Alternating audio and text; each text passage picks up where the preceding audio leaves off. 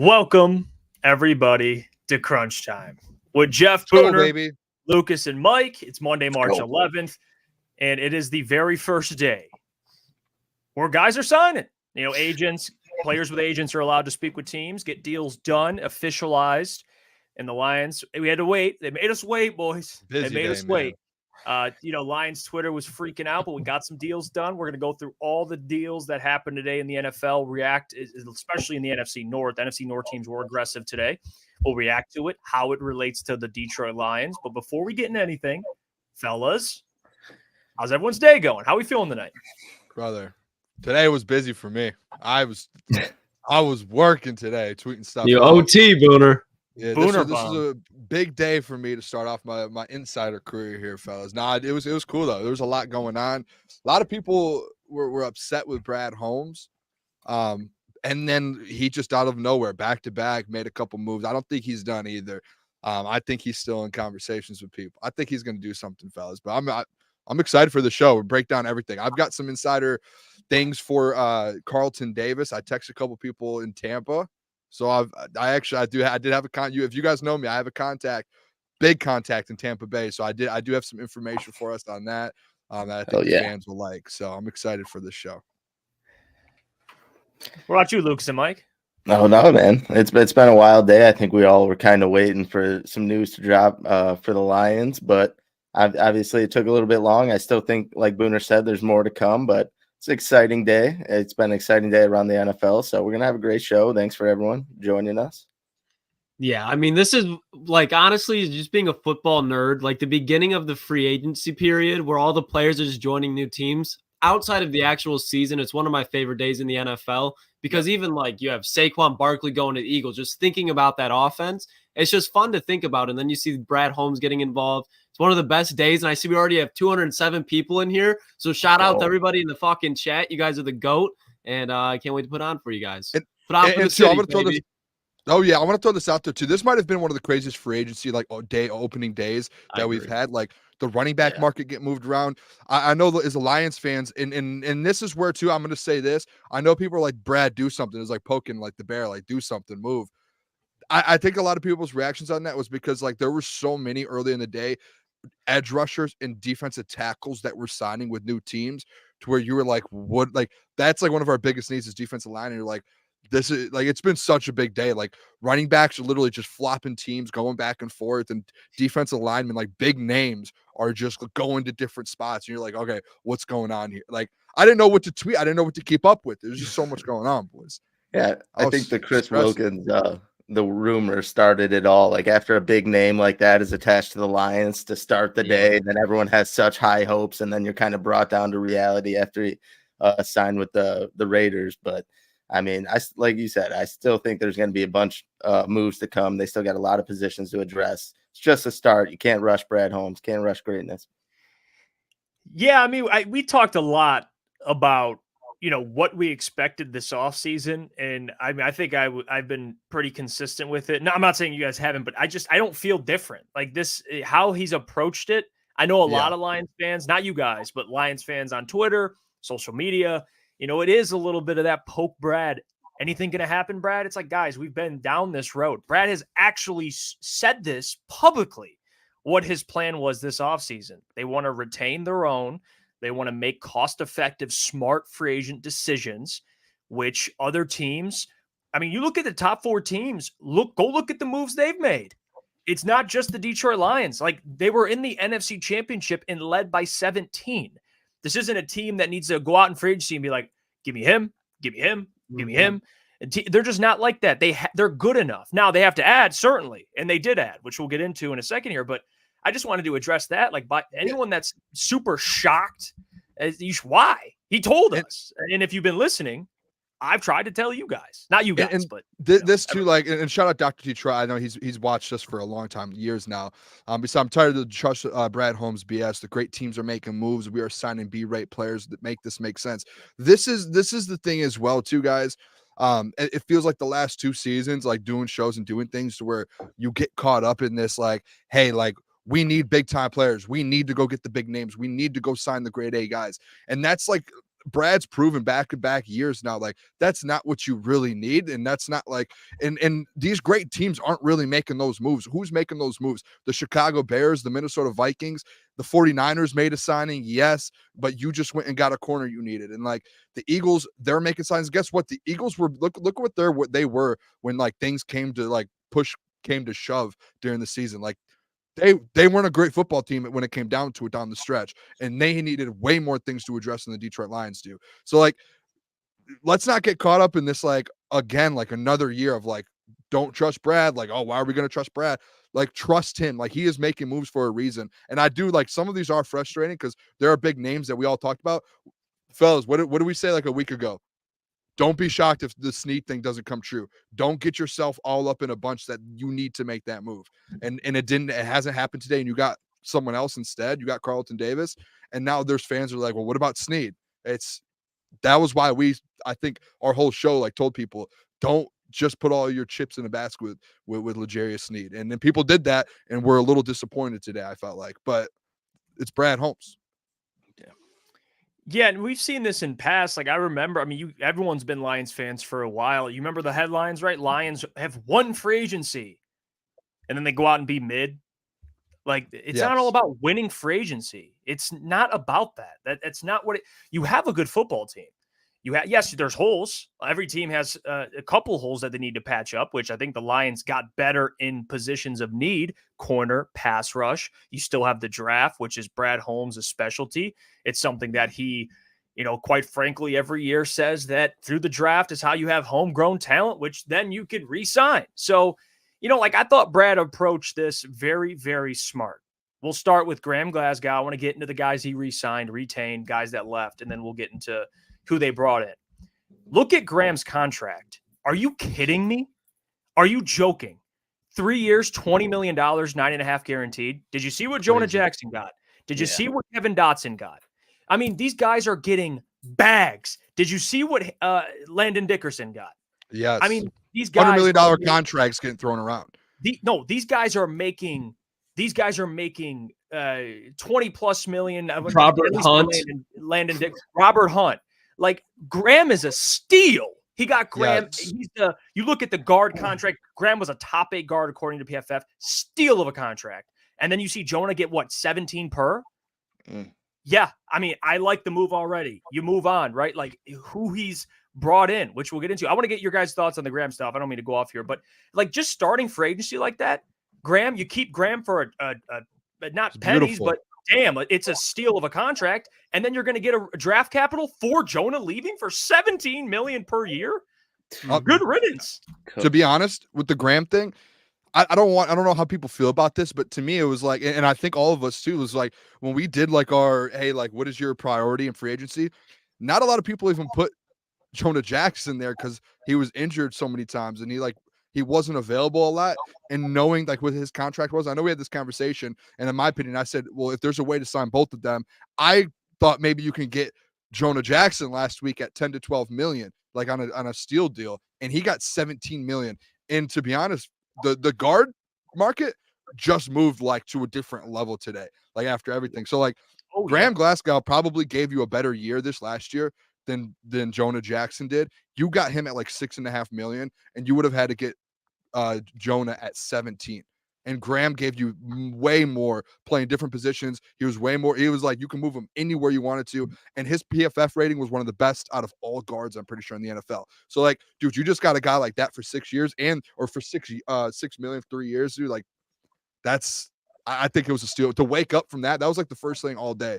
I think out of all of the NFL was 3 years, 20 million Graham Glasgow. And I was just like, let's go. That was a huge signing. No, and after we seen the Jonah contract unfold, there was no way in hell Brad Holmes was given that type of money. And like you alluded to, Graham Glasgow can play all over, and you get him for 3 years at that deal. Like, well, it's a steal. And that was what a way to start off free agency. You kind of get one of your top guys locked down, address the offensive line. And obviously with this move, I still expect them to go grab an offensive lineman in the draft, maybe earlier now than later. But I mean, steal of a contract that when you look at all those other contracts around the league and how much guards are going for, and you get a guy as versatile as Graham, even though he did have some down weeks, it is what it is. He's still reliable when it comes to it. And for a guy like Jonah to get that much, and he's always been injured, you kind of just have to let him walk. You're not going to give him that money and handicap yourself. No. Yeah, and I mean, the thing is, when you compare Jonah and man, hold on, he'll be back. Yeah, he'll be back. But guys, like you said, Graham Glasgow can play multiple positions on your offensive line. That is invaluable. You can't measure that. You can play center. You can play either guard position. You can kick out to tackle. You got the guy. Yeah, he's 31 years old. Okay. Last time I checked, I don't know, offensive linemen are playing pretty well. Not until their late 30s, but early 30s. You kidding me? The guy's not 38, 39 years old. Like, let's be real here. He's 31 years old. He had a great season last year. He was healthy. He actually had a better year than Jonah, who's younger. So there you go. There's your argument against that. I think that the money he got paid is Jonah Jackson, is Graham Glasgow. Look at his contract. Look at Jonah's. Look at how much more money Jonah got. Is it that big of a difference? No, it's not. No. And I like Jonah, but let's be real here. Like, he's a Pro Bowler, but again, you're playing. You got Penei Sewell. You got Frank Ragnow. You got Taylor Decker. Like, you'll be okay. And Jonah was injured at times. Like, he was in and out. It felt like forever. And like, are you going to pay a guard $17 million that could potentially like be in and out when you have Graham, who, knock on wood, he's been able to stay healthy all year and play multiple positions. And I'm pretty sure too, and I could be wrong, I think the Lions have a chance to getting almost up to a 4th round comp pick for Jonah Jackson, depending on how the rest of free agency plays out, depending on, I know there's like different rules to it. Like if we lose another free agent, depending on the contract, and there's just a lot of different rules. And so I think we have to let it play out up until the end of the free agency. But we'll know probably for 2025, like there might be a comp pick all the way up to a 4th round because you lose Jonah Jackson. So there's like pros and cons to it, but I expect the Lions, I don't know where you guys are at, I expect the Lions to go use a 1st or 2nd round pick on an offensive lineman now. Cooper Beebe, like, that's in play now. Jackson Powers Johnson, that's in play now. Like, these are all in play because like you just basically went corner, not L'Jarius Sneed, but you got a corner. So that's, to me, out of play in the 1st round. Now it's like, all right, defense, and he didn't really do much on the defensive line so far. So that's in play again. Like, offensive line's in play. Like, those are the 2 biggest needs now. No question. And I want to kind of go and move the segment here, because I know Luke, and if you have any more thoughts on Jonah, Lucas, no, you're good. Can you just keep going? I would like you to cook on this one, you guys, kind of on the Marcus Davenport deal, because he is a Detroit Lion. And I want to get this graphic up on the screen here so you guys can see it. Booner put this out here, and it reads: Davenport was also in New Orleans with Dan Campbell and Aaron Glenn for a few seasons. Sounds like Davenport is on a 1-year prove-it deal and going through some injuries the last few seasons. It says, breaking, the Detroit Lions are signing defensive end Marcus Davenport on a 1-year deal. The Detroit Lions and Brad Holmes start off rebuilding this defensive line. Davenport had 2 sacks last season in 4 games. Now, I do have the money as well. I got the contract. You can so the contract, it's up to, hold on, let me make sure I pull this and get this right here. It's up to $10.5 million. I'm guessing that's with incentives. And the base is basically $6.5 million. So basically it's $6.5 million for a one year deal, with basically probably, I'm guessing, incentives up to $10.5 million. So if he goes out there and he's healthy, he plays a full season and he goes out and kind of goes off a little bit and helps you be successful, he'll get that $10.5 million, which obviously would make it worth it. But I mean, he hasn't, I think in 2021 he had like 9 sacks or something. That was in New Orleans. I think was that with Aaron Glenn in 2021? I think he just left, actually. That would have been in the year he left. So, I mean, the year after he left, he did have 9 sacks in New Orleans. So, I don't think it's a bad deal, to be honest. I don't know about you guys, but if he provides anything, he's going to get paid. Let me say this, and then I'm going to let Lucas and Mike cook here. I just want to say, for people that are a little confused by this deal, like, this is Brad Holmes' MO. He's going to give flyers to guys that have an injury history, that have upside, Marcus Davenport being one of those guys. He has all the physical tools. You have a defensive line coach. Dan Campbell called him the best defensive line coach in the NFL, Terrell Williams. You'd hope he can develop. At the same time, though, do I absolutely love this signing? Not really. I don't think this is the fix to your defensive line. I don't think that this should be the only move you make. There's a lot of work to be done. If you look at Davenport and think he's the answer, I think you're going to be disappointed. I don't mind it. I don't mind hey, Davenport, come here and we'll see what you got.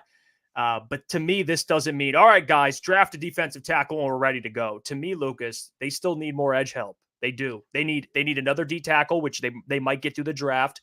But this defensive line, I mean, we'll get to the corner in a little bit here from the Buccaneers. But this defensive line, he ain't done yet. Yeah, this, in my opinion, it has to be for a depth piece, because if you were to plug in Marcus Davenport on this, swap out Aquara brother or John Kaminsky, and you insert Marcus Davenport, you could argue last year that it almost got worse. I'm not in love with the signing whatsoever. Hopefully, it's always trust Brad Holmes and the Lions can work their magic. But when I got the report that the Lions have signed Marcus Davenport, and that was like the first out of Detroit signing that you're bringing, I literally was laughing at my phone. I was like, this is what we got. Now, obviously, I'm not freaking out like this is only signing.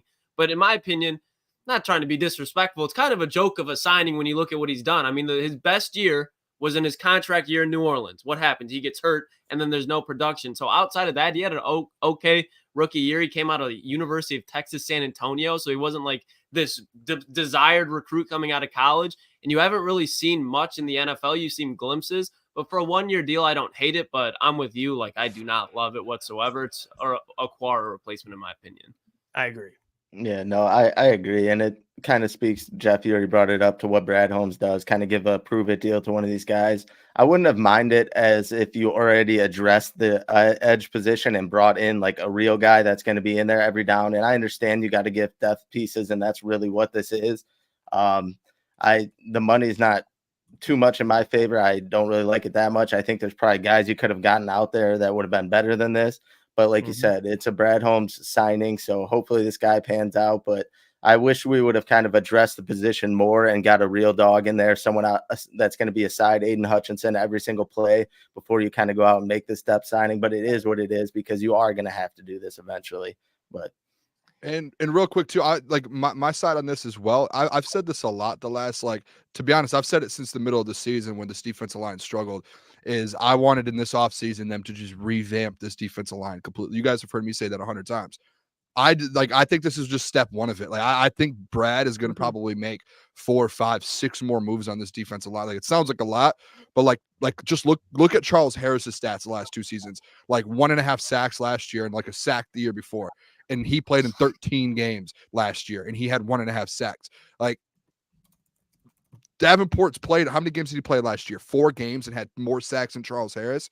So if you get him, and that's why it's like an incentive deal almost, like he can almost double his money off incentives, because it's like, hey, if you do produce for us, we're going to pay you your money. But like him having more sacks than Charles Harris in just 4 games when Charles played in 13 games, that's where, to me, it's like, revamp this defensive line, please, Brad. Like, change something up. They know what this guy's about in New Orleans, who had 9 sacks in 11 games at that as well, fellas. Like, that's almost a sack a game a couple years ago. So if he stays healthy, there is that potential. And now he's familiar with who he's kind of the coaches he's with. And then I see Steve Wild said, come on, man, it's 2 sacks. Like, I get it's 2 sacks, but guess what? Charles Harris 1.5 last year. Like, you're just giving yourself a chance. Like, Brad's going to bring other DNs in. He's going to probably draft a DN. He's probably like Danielle Hunter. Guess what? Still on the table, fellas. Like, from what I've, like, everything, it's like Danielle Hunter, the Lions are probably, like, they were really heavy on getting him during the trade deadline. I'm sure they're in conversations with the Vikings right now still about Danielle Hunter. So, like, this is, like, just kind of like one piece of 4 or 5 that I think Brad's going to make and kind of keep growing this defense line. This is just like a small piece of it, I think. Yeah, and you're not committed to Davenport. Like, it's no. Hey, you got anything left to give? Cool. If not, he walks next season or next. This is better than a Bruce Irvin type deal. Yeah, right? and that's where I want to make clear. This isn't a move to where we all agree, like, yeah, their defensive line, man, we're coming for you, the 49ers, Eagles. No, like this can't be it. It just can't. I would get why you'd be frustrated if this is the only edge they sign. We will riot if that's it. We will go to Allen Park. If this is all that's done in the D-line, we will go to Allen Park. I just don't think he's done. I think this is the first, guys. It's the first day. It's Monday, and he re-signed player. They've been re-signing players, guys that we approve of. Graham Glasgow, I just brought it up. It was a smart contractual offer. A contractual deal they got done. It's a cost-effective deal. Love it. Davenport, though, it is what it is. I'm not going to sit here and overthink it. There's still more work to be done, whether that's through the draft or through free agency. So, This defensive line, man, to me, like Lukas nailed it. It's kind of like a Romeo Okora / Julian Okora. Like you bring him in as depth, cool. But there's still somebody you need to bring in that's better. I don't think the needle has moved whatsoever. I don't. And I'm not calling you out directly, but you bring up the Bruce Irvin.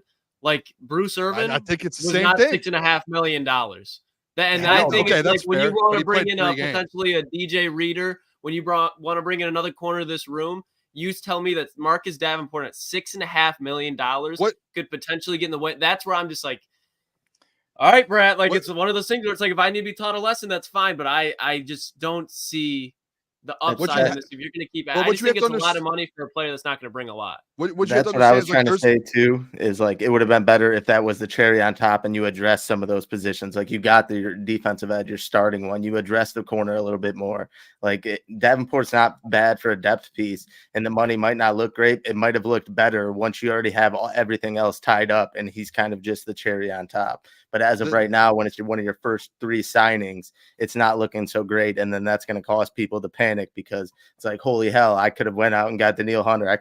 I was rumored to get Chris Wilkins, but my first or second signing was Marcus Davenport. So people are going to real quick. Let me read this. We're 12 hours. We're not even 12 hours into the trade or to the free agent thing. Yeah, I got you. Real quick. Elgato, thank you for the $2. He says Brad sucking blank today. Minnesota defense got better. WTF.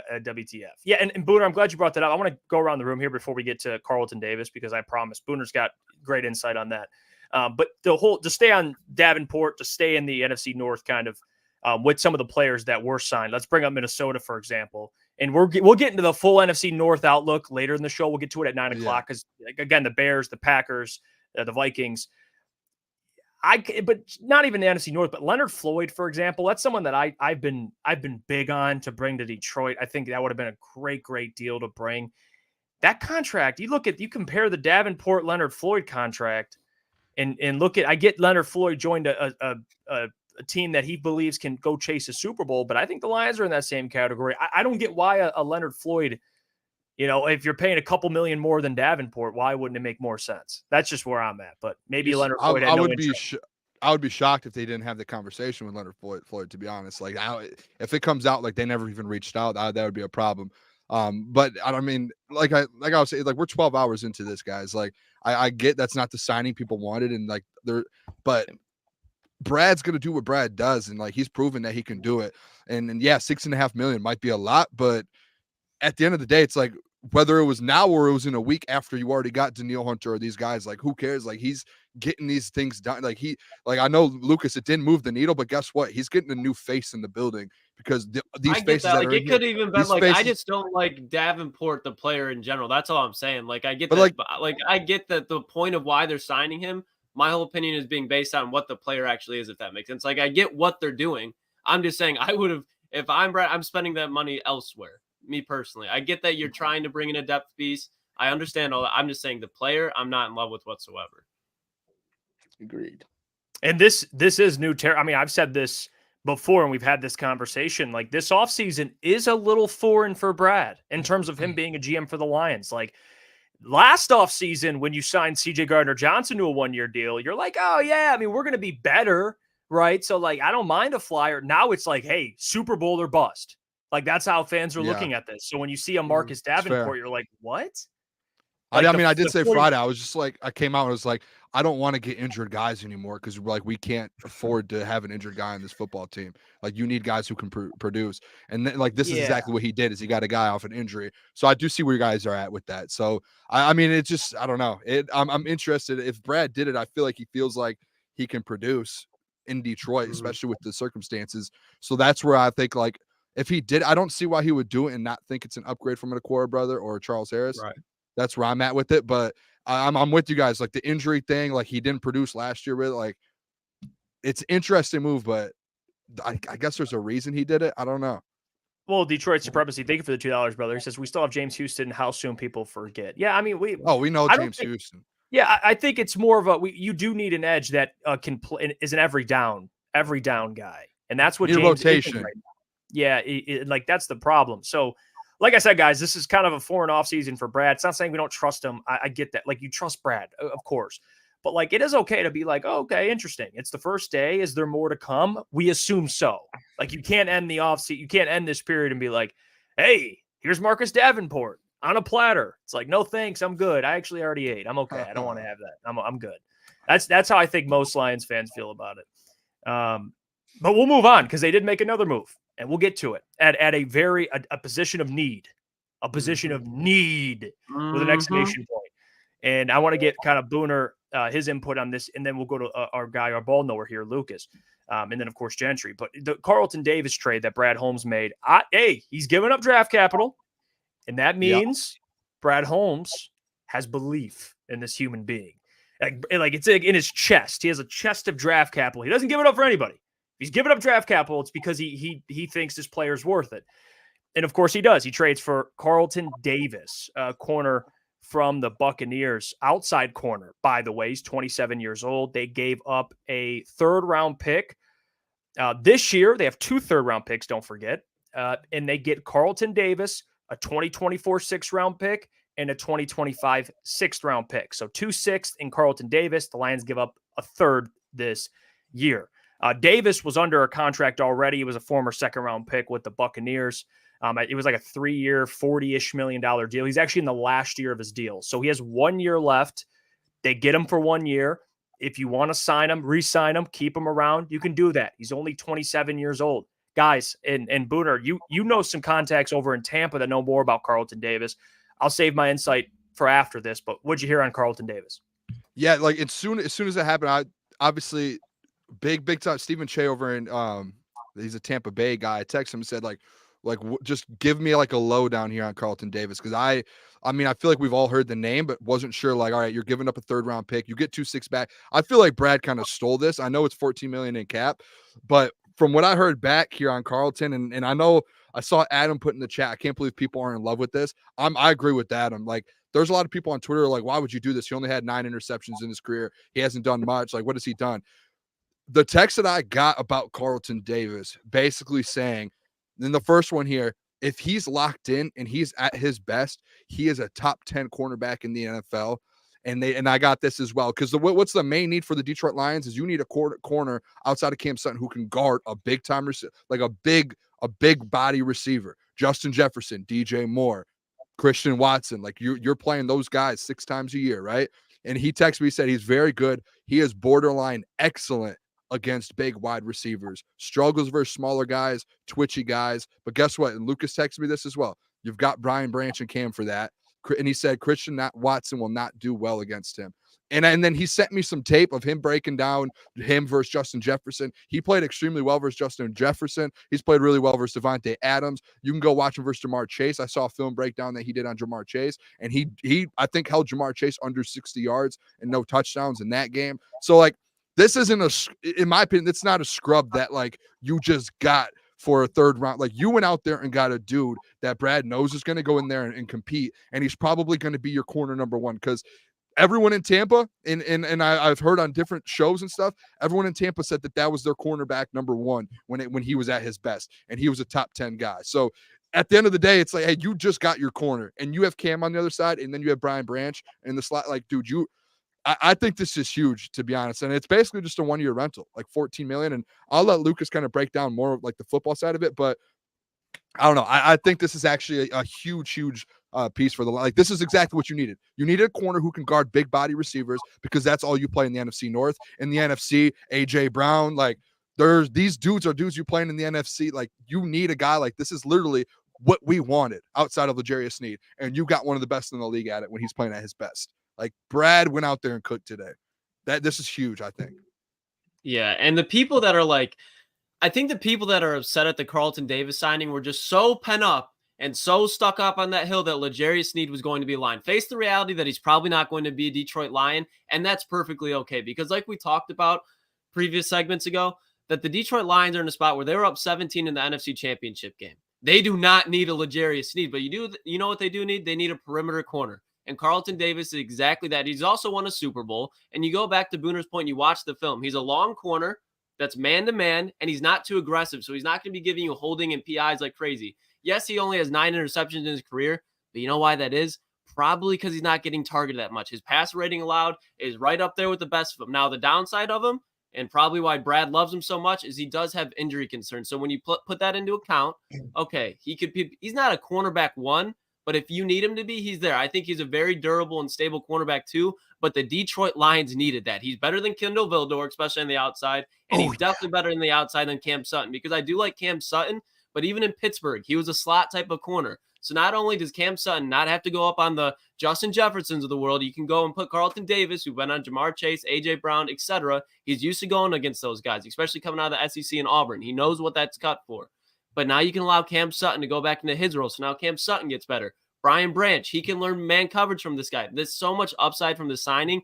And when you get it for a third-round pick, we all loved Max Melton thinking he was going to be in the third round. He's probably not going to be the third round. He's probably be a second-round guy. So now you can get a guy like Carlton Davis with a value of a third-round pick. You can hate it all you want, but he's a damn good football player. And as time goes on, you will see that, in my opinion.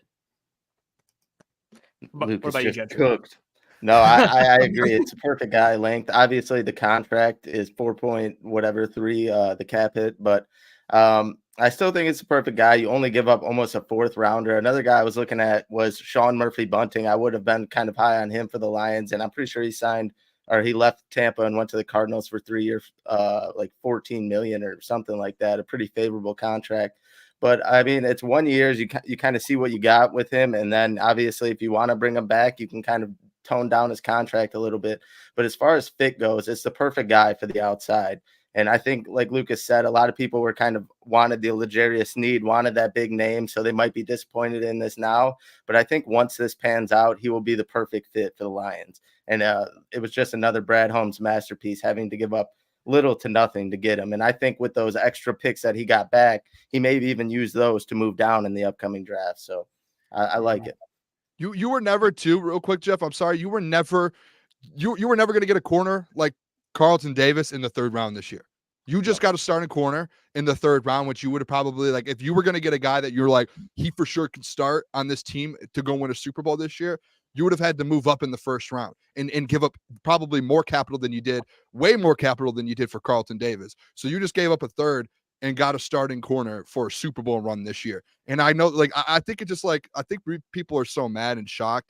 It's because, like, it just shows, like, hey, L'Jarius Sneed is not coming to Detroit. And I think that's what it is. But again, like, yeah, like those same people are complaining about the $14 million cap hit. Well, guess what? L'Jarius Sneed would have been over 20 million. So, like, and that's like a 4-year cap hit for 20 million. So you can wait till next year and get another corner, or you can even draft a guy again, like a Max Melton still, you still have a third round pick, draft Max Melton to go behind them. And then when you lose that 14 million, you have a third round corner ready to go. Like, there's just so many more like, this is why, and I know people are like, Booner's is slappy.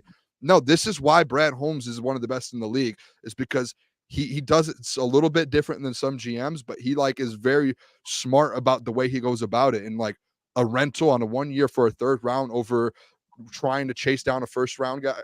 It's just, to me, it feels it makes more sense than going the L'Jarius Sneed route. And real quick, before I kind of get into what I think about the Carlton Davis thing, if you're listening or watching, we appreciate you. All newcomers and or subscribers, we're live weekdays, 8 p.m. to 10 p.m. So stick around, tune in every single night. We are the best place, all Lions, all Pistons, all Red Wings, all Tigers here in the city of Detroit. So subscribe, like the stream. We appreciate you guys for taking the time. We got a lot more to get into. Real quick, Dom Rivera, shout out to your two sons, Silas and Soli. Thank you guys for listening as well. And by the way, listen to your father. Dom knows best. So I want to make sure I get that through to you guys. Appreciate you all. I do want to say this with Carlton, and this goes back to what you guys kind of spoke on with Carlton Davis. He's played at the highest level. He's won a Super Bowl, of course, with Tom Brady. And you have 1 year. You're not committed to him long term. So if it doesn't work out, let him walk. You're not contractually tied. And he is in a contract year, which, guys, it is a make or break for Carlton Davis. Go out, have a career year. He's 27 years old. He's not some washed, hey, we'll take a flyer on him. No, he's still in the prime of his career. So we'll see what he has to give. I'm assuming they're going to draft another corner in this 2024 NFL draft here in Detroit. It's not over, but I actually don't hate this move at all, guys. And you know how I felt about the Sneed move. It just didn't make sense contractually. It didn't make sense financially, all that stuff. It didn't make any sense. You give up draft capital and you have to give him $20+ million, whatever it was he was asking for, because he wants to get paid. Now you get someone who costs less, who's still a good corner, like you said, can guard big body receivers. That's what they need. So I did not mind this at all. I like it a lot, and I'm glad that you had some connections over there in Tampa, Booner, to give us some more insight on it, because this is what Brad needed to do. Go find a number one corner, not just a number one corner, but someone who has the size and length. He's 6'1". So now you get taller in the cornerback room. He's better than Kendall Vildor. He's better than Jerry Jacobs. They upgraded in their corner room. There's no doubt about it. And free agency is not over. So yeah, I think we can all safely say that Brad Holmes definitely upgraded there. Whether or not you like the player, I know I saw some comments the Bucs were going to cut him. I don't know if that was the case, because you would have intel on that. At least you would assume. So Brad traded for him. He got a good player, good corner. So I think we all can agree. Coach Walk, thank you for the $10, my man. He says Brad knows what he's doing. He's building for the future, not for one season. Let him cook. And to kind of Coach Walk's point there, guys, I know. We talked a lot about free agency, and if you guys have been subscribing to the channel, you've been following all our free agency content. We brought up a Kendall Fuller, we brought up even a L'Jarius Sneed. We brought up a lot of different options at corner. I did not see Carlton Davis III coming out. We didn't see that one coming. No. But it does. Could we agree he's better than Kendall Fuller, or would you? Yeah, I was just about to say that. I was just about to say that. Especially man-to-man coverage. Because Carlton Davis, just real quick before we move on, he's the exact type of corner that Aaron Glenn can use to open up his scheme, because he is so good at man-to-man.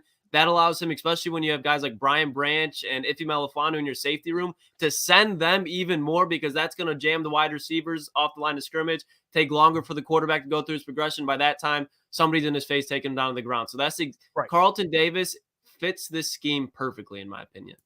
Again, the text that I got from someone in Tampa saying when he is on his stuff, he is a top 10 corner in this league, and Brad just got him for a 3rd round pick. Like, you would hope that he's going to be ready to go next year, especially like Jeff's. He's on a contract year. Guys like that on contract years usually show out, and he's out there to prove something. He wants to be one of the best in the league, and you got him to go chase a Super Bowl. And guess what, fellas? Guess what we haven't even mentioned yet? That man's won a Super Bowl before. He knows exactly what it takes. He knows exactly what it takes to go get the job done. He was on one of the best defense. Do you guys remember as well how that defense ended the season last year? Outside of the Detroit Lions game, they held like 4 or 5 straight teams to under like 10 points per game, and he was playing some of his best football of his career as well. So like, let's be like honest here. When he's playing well, he's going to be good. You fill out this defense, and Aaron Glenn gets in his bag, which we're hoping and we're expecting this year. He is going to be a big piece. Well, and let's get this straight too, fellas. Like when he did have his best year, and of course, they went and won a Super Bowl. Did everyone mention that? And I was zoned out over here. No, I mentioned it, but to the point though, they had a defensive line. Like they were getting to the quarterback like that. Like and Lukas mentioned this. Like, what good is any corner if you can't get to the quarterback anyway? So it's not all on Carlton Davis to come in and be Sauce Gardner. It's on what does Brad do to this defensive line, which I assume there's more work to be done there.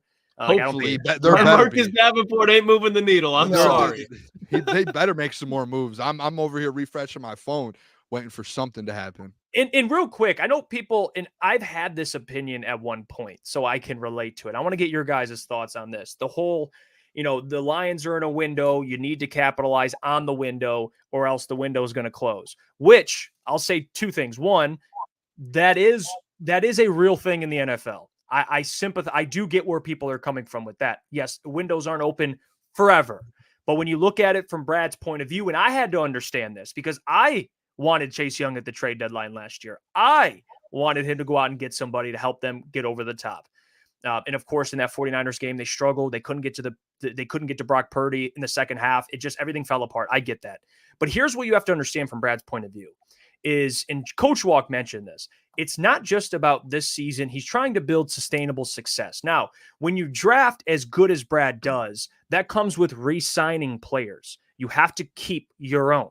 You want to keep a Penei Sewell, Aiden Hutchinson, an Amon-Ra St. Brown, a Jared Goff, like so on and so forth. Taylor Decker's due soon. That's why you couldn't re-sign Jonah Jackson. He had to make a tough decision. I don't blame him. I wouldn't re-sign Jonah either. But when you think there's money, go spend it. that's when you get into a problem where you're losing players. And let's say you spend a lot on free agency. Notice how the team that wins the Super Bowl isn't always the team that wins free agency. You get where I'm going with this. That's normally how it goes. Haven't heard the Chiefs once yet. Let's just relax here and say, oh, Brad didn't make these splashy signings. There's no way they're winning a Super Bowl. That's not how it works, guys. Like, yes, we all agreed they have to do more of their defensive line, but what do you guys think about they didn't get a L'Jarius Sneed. They didn't get a Christian Wilkins, who got paid, by the way. Like, I ain't taking that. I like Christian Wilkins, but no thank you. But where are you guys at with that narrative? Well, I could start this off. It's just go look at some of these teams that are signing some of these. Like, there are some big teams that are making moves. Like the Raiders, obviously, they're looking to take a step. Like the Panthers, like there's the Titans. Like there's teams that are paying big time players. The Giants just went and got Brian Burns. Like the Lions were never going to do a Brian Burns deal. He just got paid like I don't even know what the deal was. Like what, 140 million or something? I don't know if I have it here. Like 150 million, 5 years, 150 million. You pay that, guess what? Be very, very comfortable to move on from one of your big time players in the near future, because there's a cap in this league. So like, it's just, to me, it's just like there are some big names that it's the same thing, the L'Jarius Sneed thing. It's if you wanted to bring him in, you're gonna have to pay a lot of money. You got a 1 year rental on 14 million. I know guys want bigger time players and stars coming into the Lions, but Brad got us to the NFC Championship game doing what he's doing. So I don't think it's like slappy of us or anything, but it's like, hey, this is what our GM does. He's very smart and like particular in what he does. And he's just not going to go out there and just to sign guys because of names and things like that. Because like, how much will Christian Wilkins really help the Raiders? Probably a lot on the defensive line, but Max Crosby in there. But guess what? Max Crosby, they're going to have to repay Max Crosby now, because I saw today he's the second highest paid defensive lineman on their team. And now, all right, and they don't have a quarterback either. They don't have a quarterback. And it's just like you start to get into these things. And like, to me, I think the Lions have way more building blocks and pieces than the Raiders do. And they're trying to like find guys like that. And we have guys we're going to have to pay like that. So you just like, it's going to take time. Like Danielle Hunter, I think, is still in play. And you might have to pay him like two or 3 year contract, a big deal. But like, if you can get them on a short term, like I think that's like really still in play. So like, before people start freaking out and they're like, oh no, like let this thing like play out all the way up until the draft or until all these defensive linemen are off. Because go look at some of these lists. There's so many dudes still left on the board. Like I don't think it's like a rush to who, like, I felt like so many different markets and the money just got absolutely blown out of proportion today. Like guard wise and defensive end and defensive interior, like so many dudes got paid and the markets went up so much. I don't even think you want to be involved in that, in my opinion. Yeah, and I think the difference is with Brad and these other GMs, and not only Brad, but the Les Sneads of the world and the Howie Rosemans, and Howie even does it sometimes too, where there's GMs where it feels like they're dumping money. And with Brad, it's almost like he's investing money where, he's spending it, but he's going to make sure that he gets a return for his asset. Yes. Yeah, he's spending he's spending $14.5 million in a 3rd round pick on Carlton Davis this year, or he could have went out and broke the bank for L'Jarius Sneed as far as draft revenue, and he's dumping all the money. He's making the fans happy, but is he really going to get the return for his dollar if he gets hurt, if he has a fall off? Because let's not forget, L'Jarius Sneed, great corner with Steve Spagnuolo, Trent McDuffie, Chris Jones in a great situation. The Lions defensively are not that type of situation, so he's going to make sure that the thing that he has took so much time with drafting Penei Sewell all the way back in 2020, drafting a tackle when you could have got a skill position, he showed you. He's going to make sure he gets the most possible investment and return for the money that he spends. And I think free agency goes right in hand with that. He's never going to be that guy that's first in line, day one on free agency, and getting that 5-star wide receiver, that 5-star defensive end. And so far, he hasn't done that, and it's worked. So I'm not mad at all. Yeah, no, and Jeff, you brought up the Lions window, and it is just starting. So for Brad Holmes to go out there and virtually handcuff himself to do or to sign someone is just not how Brad Holmes does it. I mean, he's not gonna sign someone that's gonna tear apart, like Lukas said, his long-term plan of building this team. And when their window's just starting, it doesn't make sense to do it. He's always been smart about how he spends the money and who he spends it on. So I don't see why we're too surprised that he hasn't, made that big of a leap yet. So. Yeah. Think about the trade deadline. Yeah, like, that's That's what I brought up too with it. Like the people, and I was one of those people, Boone. Like I was sitting there going, give me Chase Young, which, like, to be fair, they needed a guy like Chase Young. But the more I thought about it, I'm like, okay, if you think about it, you're giving up draft capital for somebody. Yep. Look at the 49ers. Chase Young, he's gone. Like they gave up a third-round pick, who I believe they're going to get that back. But regardless, Brad wants to keep his draft capital. And that third-round pick ended up turning it out into Carlton Davis. Like, when you're as good of if you're as good as Brad is at finding talent through the draft, like, I don't blame him for not going out and being like, here's a bag, here's a bag, here's a bag. Like, you got guys you got to keep. And it just makes sense. Like, I'm not saying that no moves need to be made, but that's my argument, to people that are like, throw a bag away on random players. I just don't. Brad literally said to everybody, that's not how I operate. We're not think about it. Just spend it. At the trade deadline, like you said, like they had the conversations with the 49ers about Chase Young. There was rumors that came out. They had a conversation about Danielle Hunter at the trade deadline. Like, so you break all that down, and guess what? Brad looked at it and goes, yep, that's not worth it. I'll let another team go out there and spend picks or spend money on that. And I'm like, all the Christian Wilkins, I'm sure he spoke with Christian Wilkins and his agents. I'm sure he spoke with Leonard Floyd and all of these guys. And he said, all right, what are you guys looking at? What are you guys getting offers from? You know what? No, we'll let another team break the bank on that. And then, like Lukas said, in a year or two, guess what? You guys will have to go cut him because you can't afford him when you have to pay all these other guys. Like, we'll let you guys deal with that. We're going to build an organic way, in the right way. So I'm just not, like, I don't know. I'm just not up over arms on this like some people. I mean, think about, okay, we'll go through the last 4 teams left. The Lions, the 49ers, the Chiefs, the Ravens. What did the Chiefs do so far? That's groundbreaking. Yes, they have Patrick Mahomes, but again, Brett Veach, great at identifying talent through the draft. You have Pat Mahomes. I get that. Look at the Ravens. They lost some players, didn't they? Yeah. I mean, that's what comes. I mean, they find talent. They can't keep everybody, but it's not like the Ravens were out here trying to acquire everybody. Like, we have a good football team.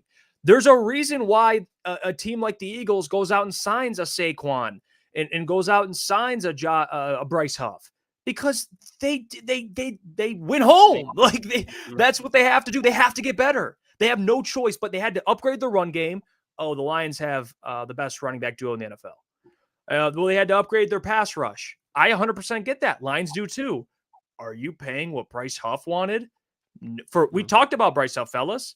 Like, he had so much money. He had 1 year last year. He had a good year, but remember Lukas broke it down for us. Like, rotational player, there's upside there, but it is risky. The Eagles were willing to take that risk. So again, and I'm not saying that the Lions will never make a move. No team, and I said this, no team has won a Super Bowl just by free agency, by drafting. But that also is a part of it. It's free agency, drafting. It's not all free agency. It's not all drafting. I think the Lions have done a pretty good job of kind of doing both. Like, and again, I kind of count free agency as re-signing good football players. Like, that's like, because you're not losing them. Like Graham, I know it's like, Graham Glasgow's back. No, that's a free agency signing. You keep one of the best guards in the NFL. Like, that's still significant. That's how I look at it, fellas. I'm just seeing some comments here. People like saying like the Chiefs re-signed Chris Jones and like the 49ers. And then someone said like most Super Bowl teams will go out and sign big time player. Like the Chiefs, like those are their own players they're re-signing, fellas. Like that's you're re-signing your guys. Amon-Ra in the next couple weeks is going to get a deal. I'm sure Panay will. I'm sure Jared Goff. Like your guys are going to stay here. That's part of it. Like all these Super Bowl teams, all of them don't go out there and just break the bank on big.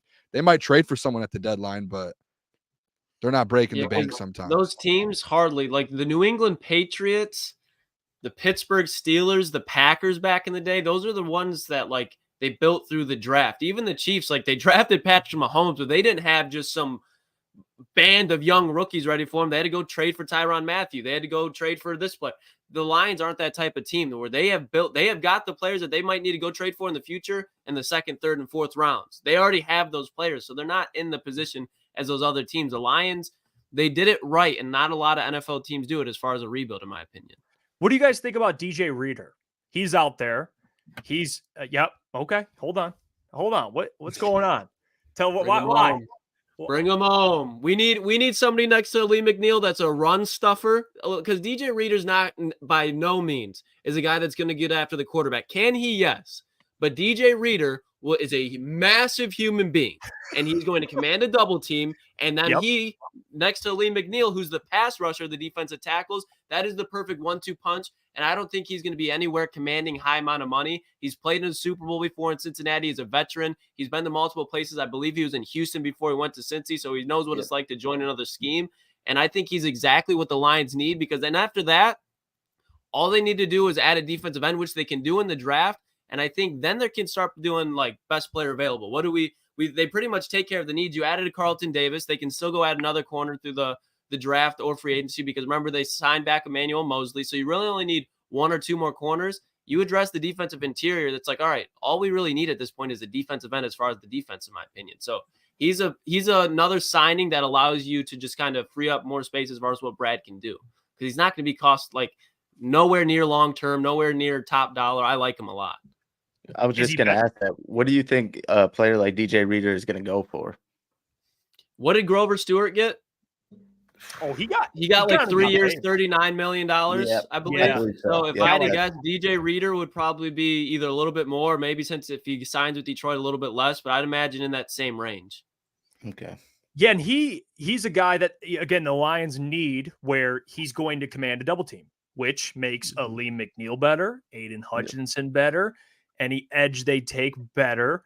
And he's a guy, like you said, Lucas, who's played in big games. I'm all on board with a guy like DJ Reader. Is not a guy that you're going to look at the stat sheet and be like, yeah, look at the stats pop, but it's the impact on the game. That's what I think matters. And even a guy like a Broderick, they have like this DJ Reader's ready to go, and he's played in big games, and he knows what he has to do. And he's like Broderick, to kind of throw Broderick, like, oh, we got Broderick. Like, I don't think that should be the approach either. And I think DJ Reader would be a significant upgrade there. And now, no, go Boone. What I would say his market value says it says 14.9 million is his market value. So I don't know if that's too much where you guys stand on that. No, but I mean, I agree with you guys though. I think it's like an upgrade to some of the defensive tackles you have now, next to Lee McNeil. It's a for sure upgrade. Because back to what Boone, imagine doubling up. You get DJ Reader, and then you bring in a Tavondre Sweat in the draft. You're like, Tavondre, we're going to get you in shape. Oh my gosh! We're behind DJ Reader. Talk to me, baby. Like you can. That's the same thing with like the cornerback room or the defensive end room. You can still in the second and third round now bring another guy to develop, and DJ Reader's a great guy to have a rookie develop behind. Yeah, especially if it's a short-term guy, a veteran like him, like you guys brought up, he's experienced with winning, and what he could do for Aleem McNeil's growth, it could just do, and really just the whole defensive line, it would just be a huge step forward for that whole defensive line. Obviously you have to go get another edge rusher and every down edge rusher, but DJ Reader would be a huge step forward. And by the way, I'm going to give a shout out to some people here that became members. Because we got to give a thanks to those. Braden, I believe that's how you pronounce your name. If not, roast me, please. But thank you for being a Crunch member. We appreciate you a ton. Cortez Whitlow becoming a Crunch member. Thank you. And then we have Certified Supply Chain Professional. Thank you for the $5. Just congrats on the channel growth. We appreciate you, my brother. We're excited for this upcoming football season. And not just that, but the NFL draft. Look out for that. I want to bring up Danielle Hunter. He's still a free agent. I'm curious. I've seen reports the Bears are interested. Stay away. Stay away. We don't need that. If you want to haunt your former team, come to the Lions. Even though the Vikings signed Van Gink, which we talked about. They signed him. They signed Jonathan Greenyard, which we talked about. We'll get to that later. But is Danielle Hunter, what are your guys' kind of confidence level with that? Because if they sign a Danielle Hunter, that puts that now we're talking, hey, you're upset. Here's something for you. And you're like, oh, I'm good now. I'm straight. Marcus Davenport, who I don't even care if you get Danielle Hunter. Is that what do you guys feel like? Is that still a possibility, you think? Or is it no? If I'm being honest, the fact that they haven't really made a move on the defensive line yet, and all these other teams makes me think that Brad feels like that's even a chance. Like we were like, he was going for him at the trade deadline. So obviously it's a guy they like a lot and Brad likes. And and it's like very, very evident. And I think the whole fan base, and I think everyone knows that you need someone on the other side of Aiden Hutchinson. And I think everyone wants Danielle Hunter. I know Brad, I'm sure, is like, yep, we need to get that done if we can.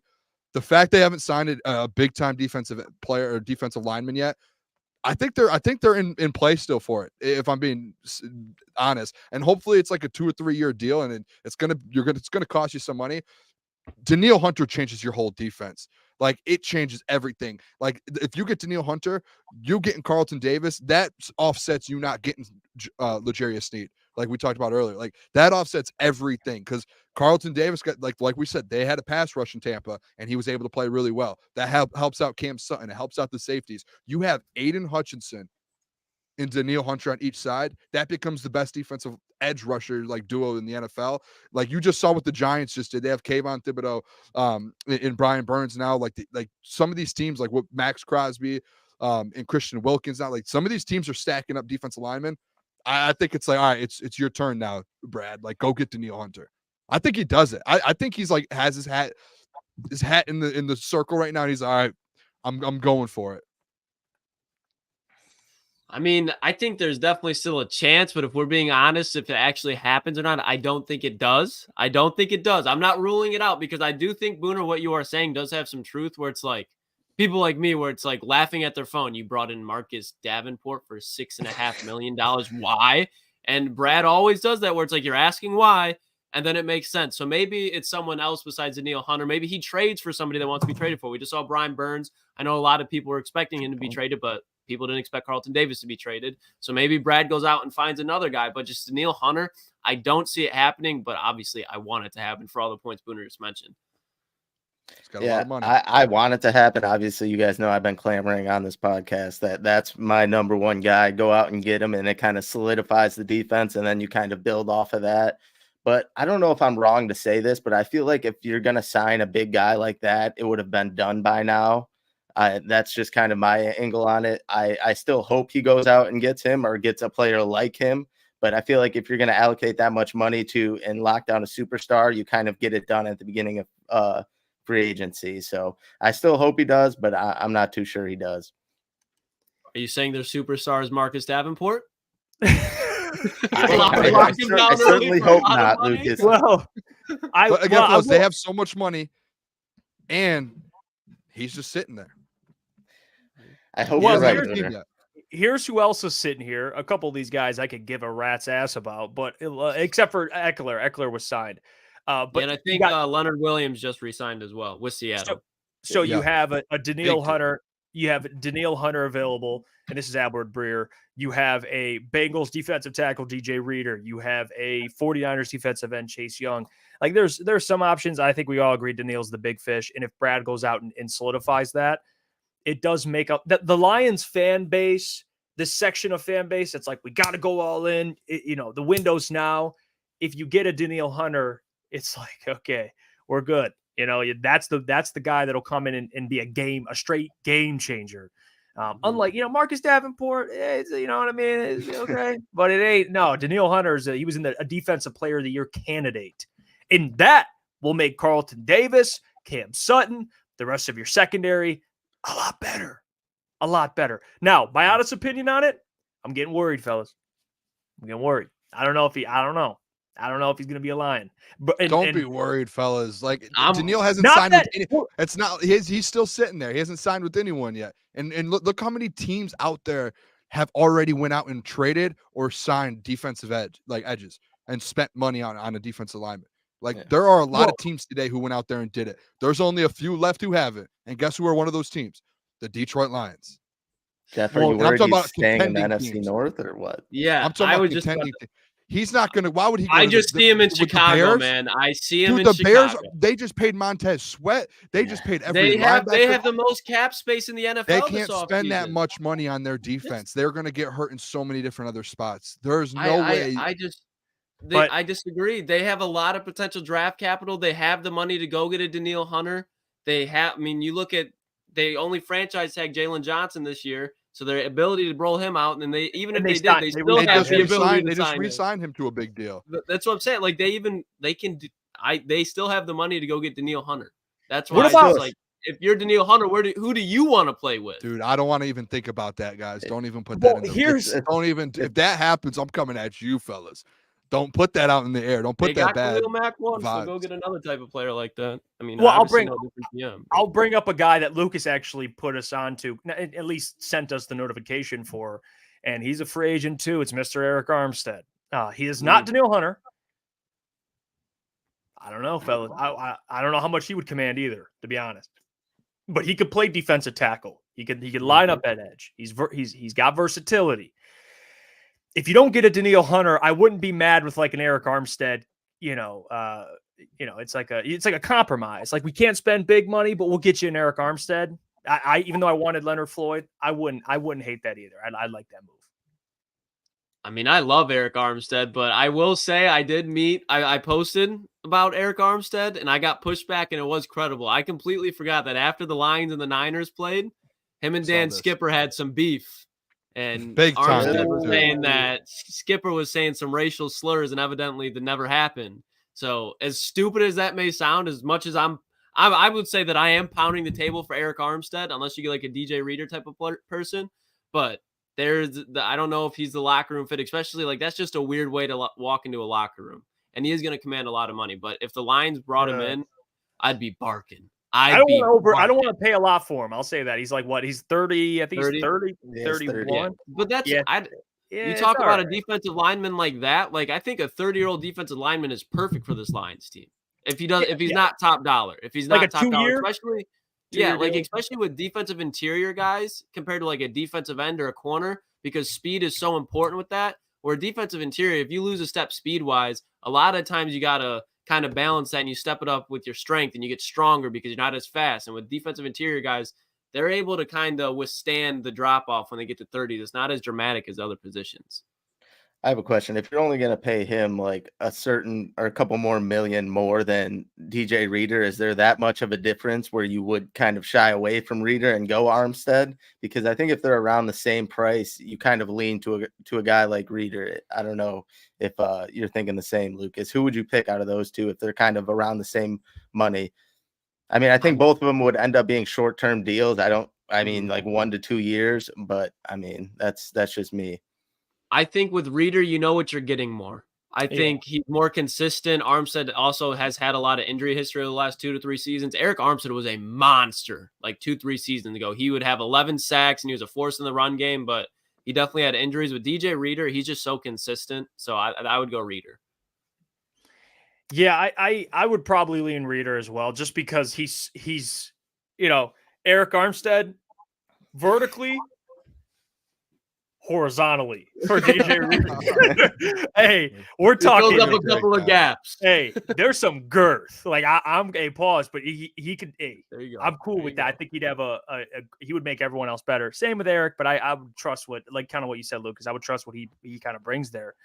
I know someone said in the chat too that Danielle Hunter is also 30, but he had a Defensive Player of the Year season. So there's kind of the exception some people's 30 is different from other people's 30. That really shows when you train and you take care of your body. Like, look at Jamal Adams at 28, and then look at Minkah Fitzpatrick, Eric Weddle at 28. The guys that just are able to play at a high level for a long time. It's different.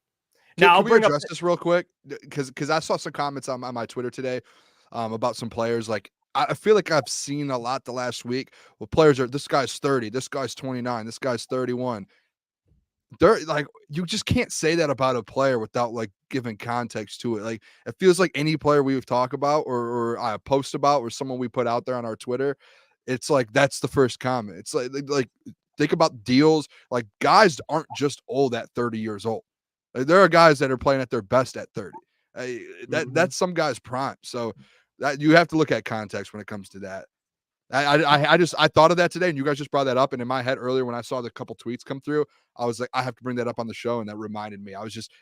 Something triggered me. You guys know sometimes things trigger me. That triggered me, and I was like, dude, let's stop just saying guys are 30 just because they're like cool. It's their age. Now, if they're actually playing like they're 30 or like they're playing like they're 45 and they're 30, okay, now you have a little argument here. But like, let's stop just throwing out their guys' age. Let's start looking at like how are they performing. Like, is it going to be a 1 or 2 year deal because of their age? Like, that's more fair than just being like, no, they're 30. We don't want them. No.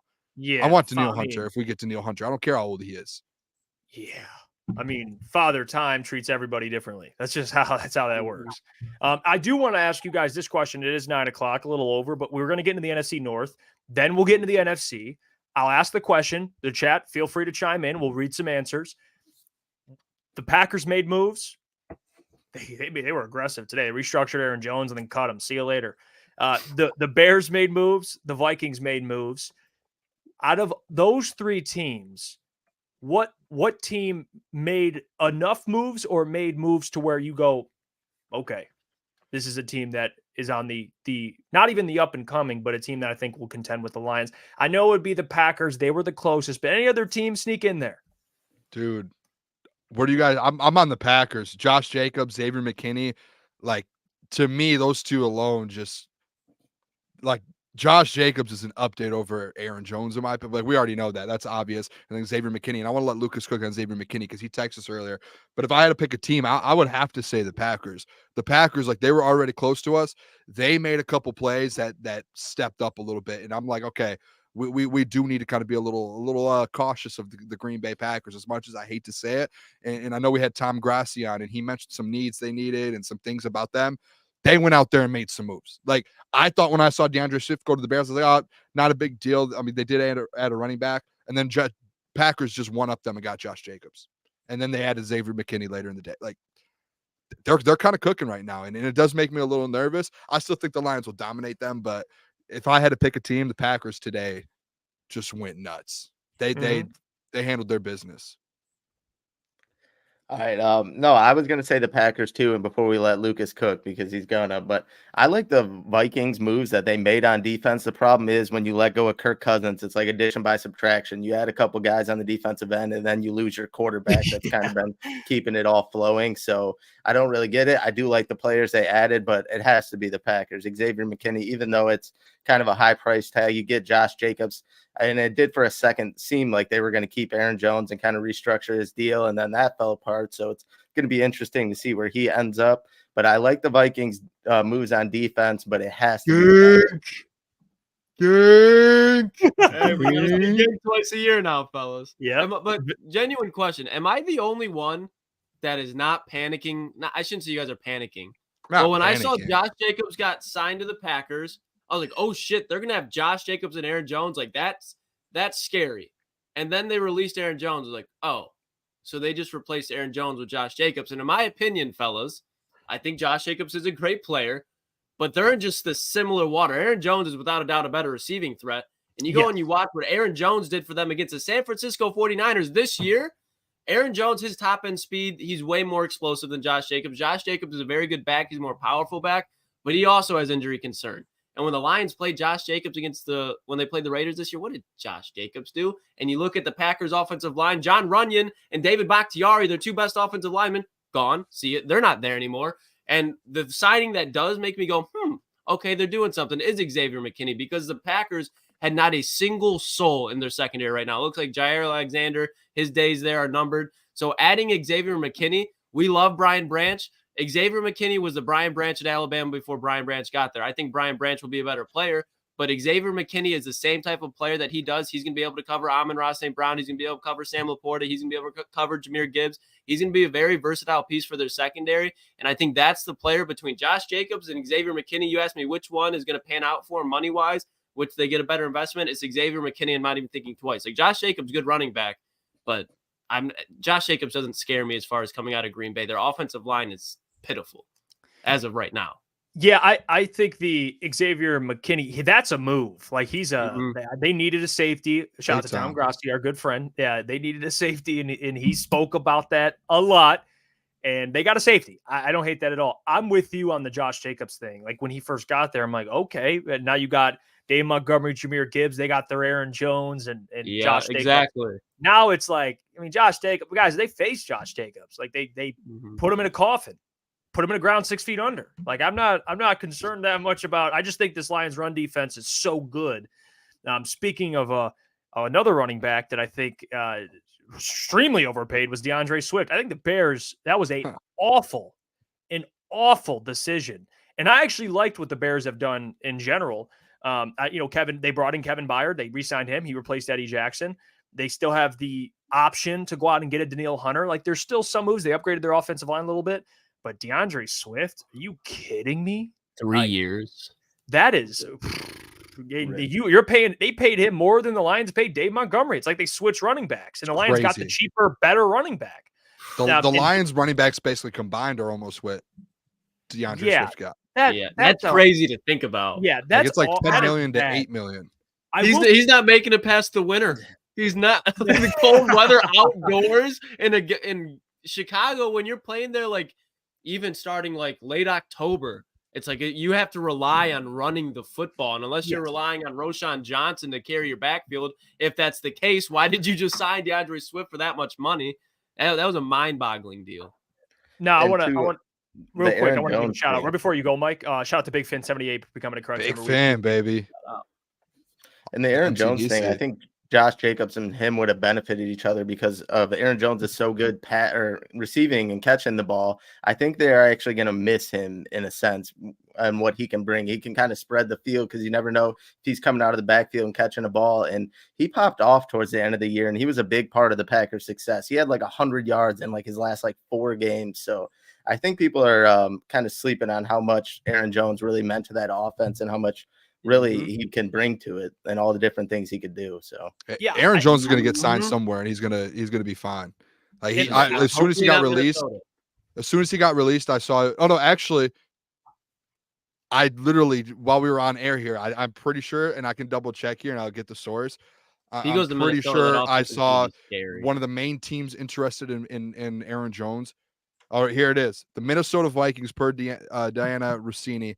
The Minnesota Vikings are interested in Aaron Jones, who is now a free agent. Packers wanted him to take a 50% pay cut entering the final year of his deal. Now he could end up with the division rival. As he should. Yeah, and he's going to want to go there.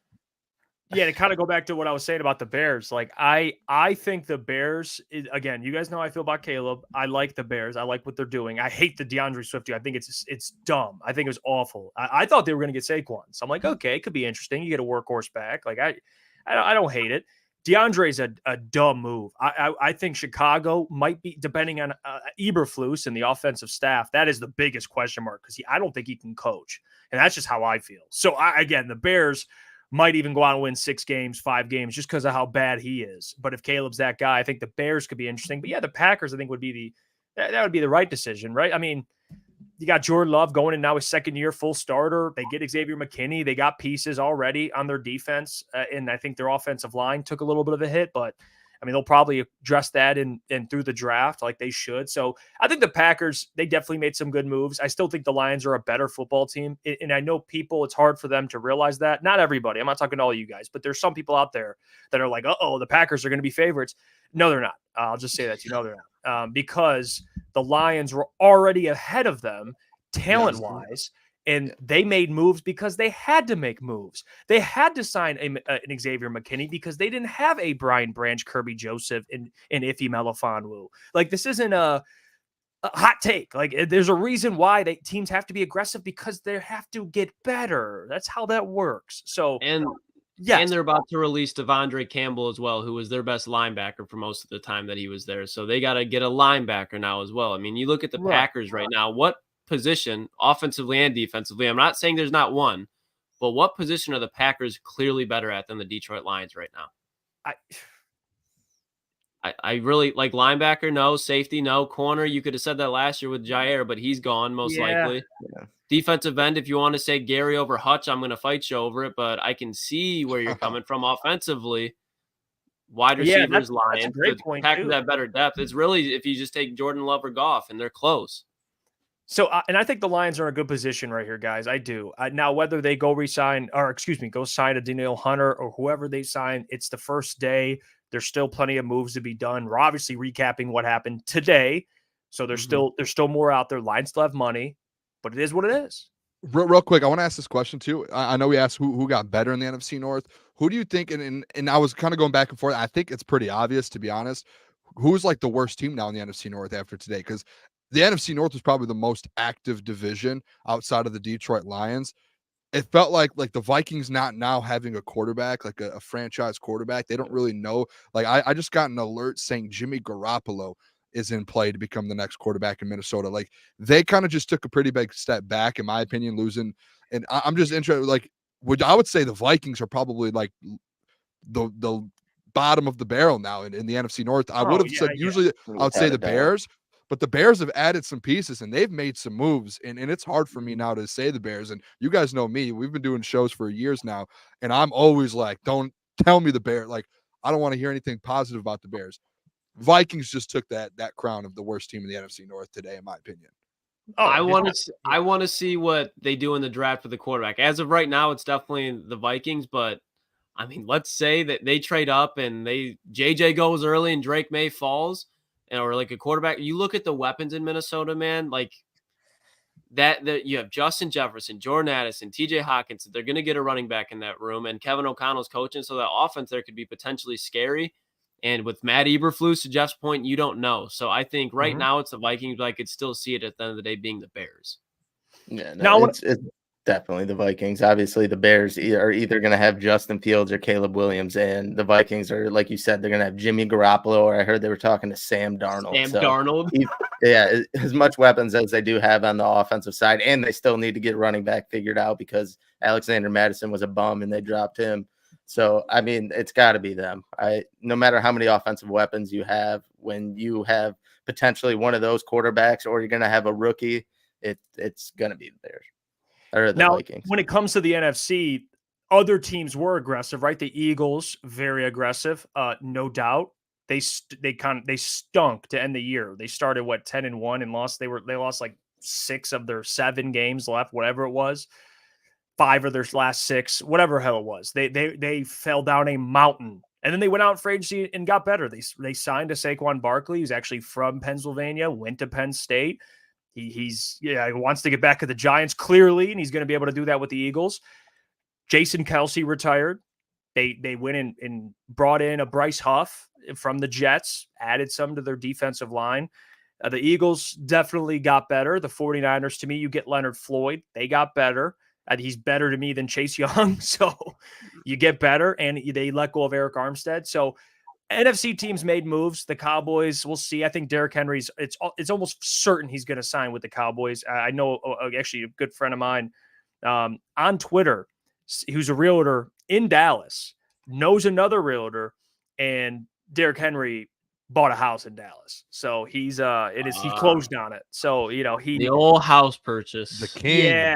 So Dallas, wow. You can't get away with the house. Yeah, you buy a house, someone's going to find out about it. I think he goes to Dallas. Anybody in the NFC, do you guys raise any flags, or you think the Lions are in a good position? Where are you guys at with it? I gotta say Philly. That's one team I was going to say. That offense is going to be terrifying this year, I think, for any NFL team. If you just look at Saquon Barkley, you look at Saquon Barkley and you look at Christian McCaffrey before they got traded. What was CMC's thing? Well, he's always hurt. Why is he always getting hurt? Because he didn't have any weapons around him, and he was getting the ball 25 to 30 times a game behind a bad O-line and mid-quarterback play. You look at Saquon Barkley getting the ball 25 to 30 times a game behind the worst offensive line and the worst receiving core, and sometimes it was Tyrod Taylor, Daniel Jones, Tommy DeVito, the worst quarterback play in all of the NFL outside of the Patriots. Saquon Barkley, when he goes to New England, he's going to be behind one of the best offensive lines in football. I don't care that Jason Kelce leaves. They still have Landon Dickerson. They still have Lane Johnson. They still have a very good offensive line. Not to mention you have Dallas Goedert, good at run blocking. A.J. Brown outside of him, Devontae Smith, Jalen Hurts, a mobile quarterback. This offense behind a new offensive coordinator, new defensive coordinator, it's going to take another step. I think Philly is going to be a 12, 13-win team. I think they're going to bounce right back to how they were with Sirianni and Jonathan Gannon.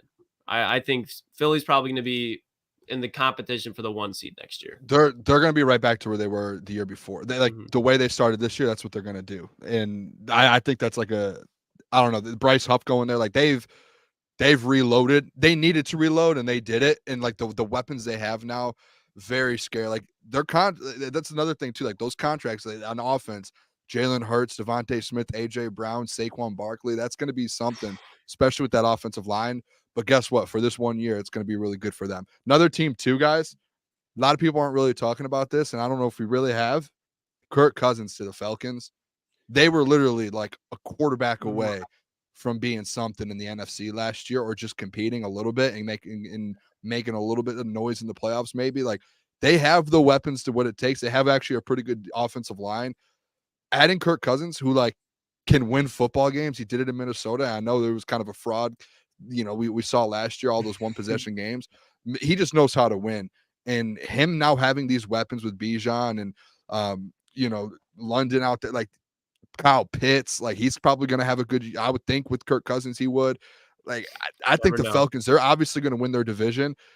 I think they're going to be a team to kind of look out for. Like they could be a team that's actually kind of scary that you might not want to play and could make a little bit of noise. I'm not saying they're going to go contend for a Super Bowl or the NFC whatsoever. I still think right now, to me, it's just the 49ers, Lions, and then the Eagles as of right now. That's where I'm at with it. But I think like right outside of there, I think I would go, to be honest, fellas, I almost would go the Falcons over the Cowboys. Like I would say, let them play it out for that next, that fourth spot here in the NFC.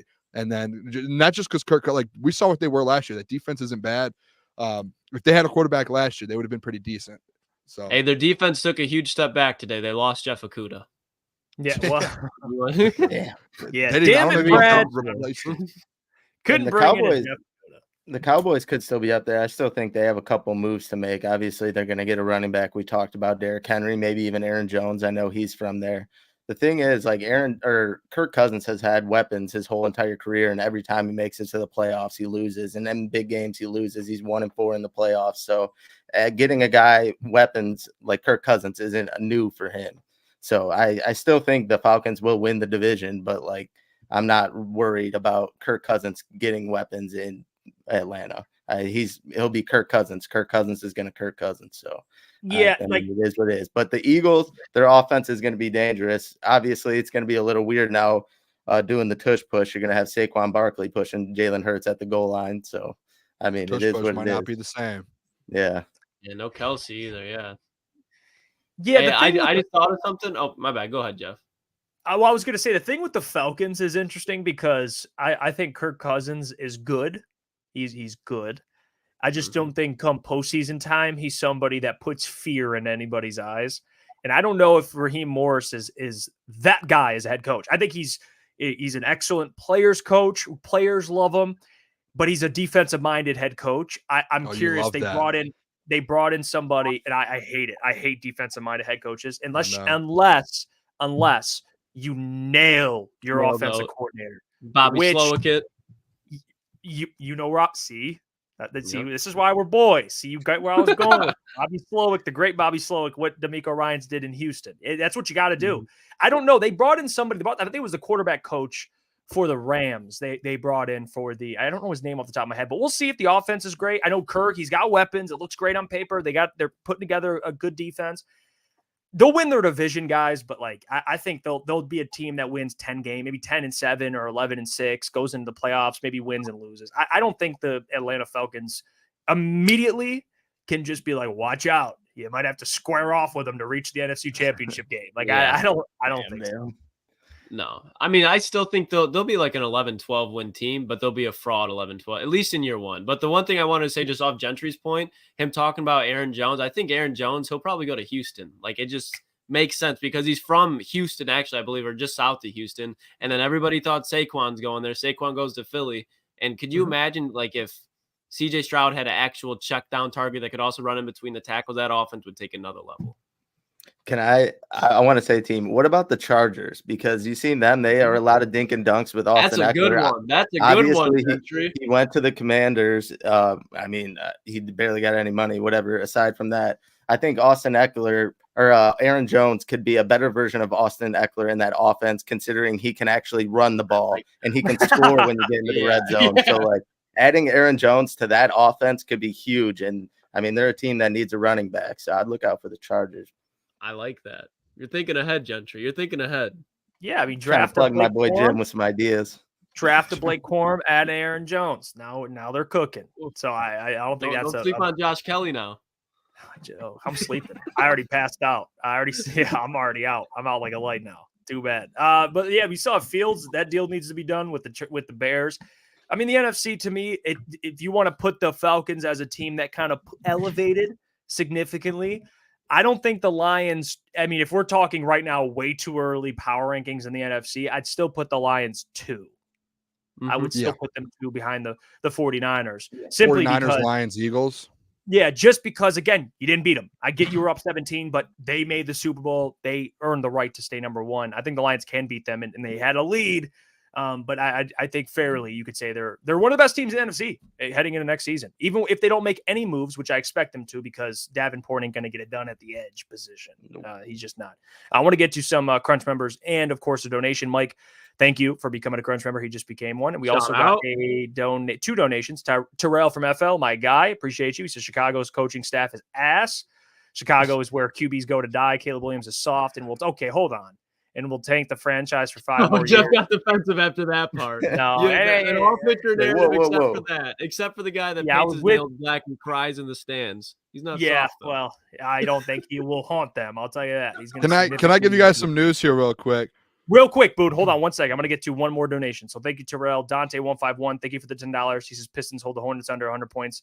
Oh, God. Win number 11. Pissed Troy off. Hey, Dante, I appreciate you, but hey, this ain't it right now, my man. Hey, appreciate the money, though. We appreciate you a ton for watching always, Dante. But, man, the Pistons winning, that's the last thing on my mind. Booner, what's up? That's the last thing on my mind. I've got some news here. I mean, on our show, we kind of broke it a little while ago. And we had, a little inside source that most likely CJ Gardner-Johnson not returning to Detroit. I just got something. I saw something here. Derek Gunn said the Eagles still have a lot of interest in CJ. And he put ... stay tuned. So you might be seeing a CJ Gardner-Johnson return to Philly. And I know that the only reason I wanted to bring that up is because we did have that conversation like a month ago where we kind of broke the news a little bit that CJ most likely there was like a 90% chance or something, not 90, but there was like a pretty highly likely that he wasn't going to be returning to Detroit. So from everything that it looks like CJ is probably not coming back. Hey, well, to be fair, who called that? We did on this show. And we had inside sources. And we called that. We said it would just prepare for an offseason where he departs. And now he's departing, which I think makes a lot of sense. So it's funny. You guys see what he said about the Eagles fans, right? Yeah, that's why it's so confusing. Like, it's wild. That's like a toxic X. That's like a toxic X right there. Go back one more time. It's like, that's his toxic Latina X right there. Yeah, and I mean, you go back, he signed him to a 1-year deal, and he didn't even really play all year. So, I don't think they got what they expected because he was unavailable. But he, again, to GJ's personality, guys, we talk about it a lot. He wants to play. He wants to be a star, which he was, and he might still be. And he's going to be able to do that in Philly. They don't have a crowded safety room. So, it makes sense, Go imagine Reed Blankenship beats him out. Sayonara. Yeah, well, actually, did the Eagles even make any moves in their secondary? Not yet. That's why when people were complaining about the Lions trading for Carlton Davis, I was like, you could be an Eagles fan right now. And I know you got Saquon, but we already got our version of Saquon with Jahmyr Gibbs and David Montgomery. Imagine being a Philly fan right now. You don't have a Brian Branch, and you don't have an Iffy. You don't have a Kirby, and you just watch Detroit go get Carlton Davis for a 3rd-round pick. I'd be pissed. Yeah, it seems like Philly's secondary was like the Lions pass rush. And they didn't really do anything. They were the Philly secondary a year ago. Secondary. A year ago, though, remember when they were elite like a year ago, and they fell apart so fast, dude. That's like one of the most wild things. They had one of the best secondaries in the NFL when they went to the Super Bowl, and then all of a sudden, like CJ, like everything just fell apart, man. I think that's like one of the biggest collapses in the NFL. Well, here's why they were so good, because what happened when they were when the secondary was that good, they made the Super Bowl. What happened? The defensive line broke the sack record. Yeah, that's it comes back to Jonathan can get Gannon. Well, yeah, because it's all Jonathan Gannon's fault. And he said, pew, pew, pew, fireworks, shots. Explosives. Put that crowd. Oh, man. You know what? The Ryan Leaf stuff, man. I swear. I hope he's Ryan Leaf. I'm not. Hey, it's good for the Lions, but he ain't going to be. He ain't going to be Ryan Leaf. Ryan Leaf is addicted to drugs. We have a Bears Caleb Williams jersey hanging up in his room. No, I will not. I will actually. Don't even do that. Hey, back to what we were talking. Hey, the point is, Lions, we talk about the corner position. They got Carlton Davis. Whether you hate it or love it, they got to address the pass rush. That's what they have to. They simply have to do that. I want to. We kind of talked a little about it. We went through it already with some of the signings here in the NFC. We talked about DeAndre Swift to the Bears. Awful. Kirk Cousins to the Atlanta Falcons. They're going to be better. Josh Jacobs to Green Bay. Saquon Barkley to the Eagles. I'll ask you guys, and we'll kind of have this discussion moving forward for the Lions because they still have money. They got what, like $30 million probably roughly around there left. And you still got guys that got to resign in the coming years and maybe even this offseason to get the St. Brown deal done. All that stuff. I get that. What are your expectations? What do you expect to kind of let the people kind of give some insight? What do you expect? Are you talking about like player wise, like free agent signings? Just in general, what's the rest of the offseason going to look like to you? Besides the draft, of course, just free agency. I'll be pretty disappointed, like to keep it like very frank, is I'm just going to be very disappointed if they don't get an edge rusher here. And not just like any, like if Chase Young gets added, I'll be like Danielle Hunter. Like these are just names. Like I just want someone on the other side of Aiden Hutchinson now to be kind of like very content in free agency and build that up. And then in the draft, at that point, like you have a corner now, just start getting depth, like get defensive line depth, go get another weapon if you need to, get a guard. They need to get another guard actually too. That's a must. You have to go add you need another guard here because you don't have, you're missing a starting offensive lineman now. So I think that's like, what would you guys say? I would say priorities now going forward. Before it was corner, defensive line, and offensive line. I would say it's defensive line, offensive line, and then secondary still. I think maybe to just fill out the secondary, but I think it's that order now.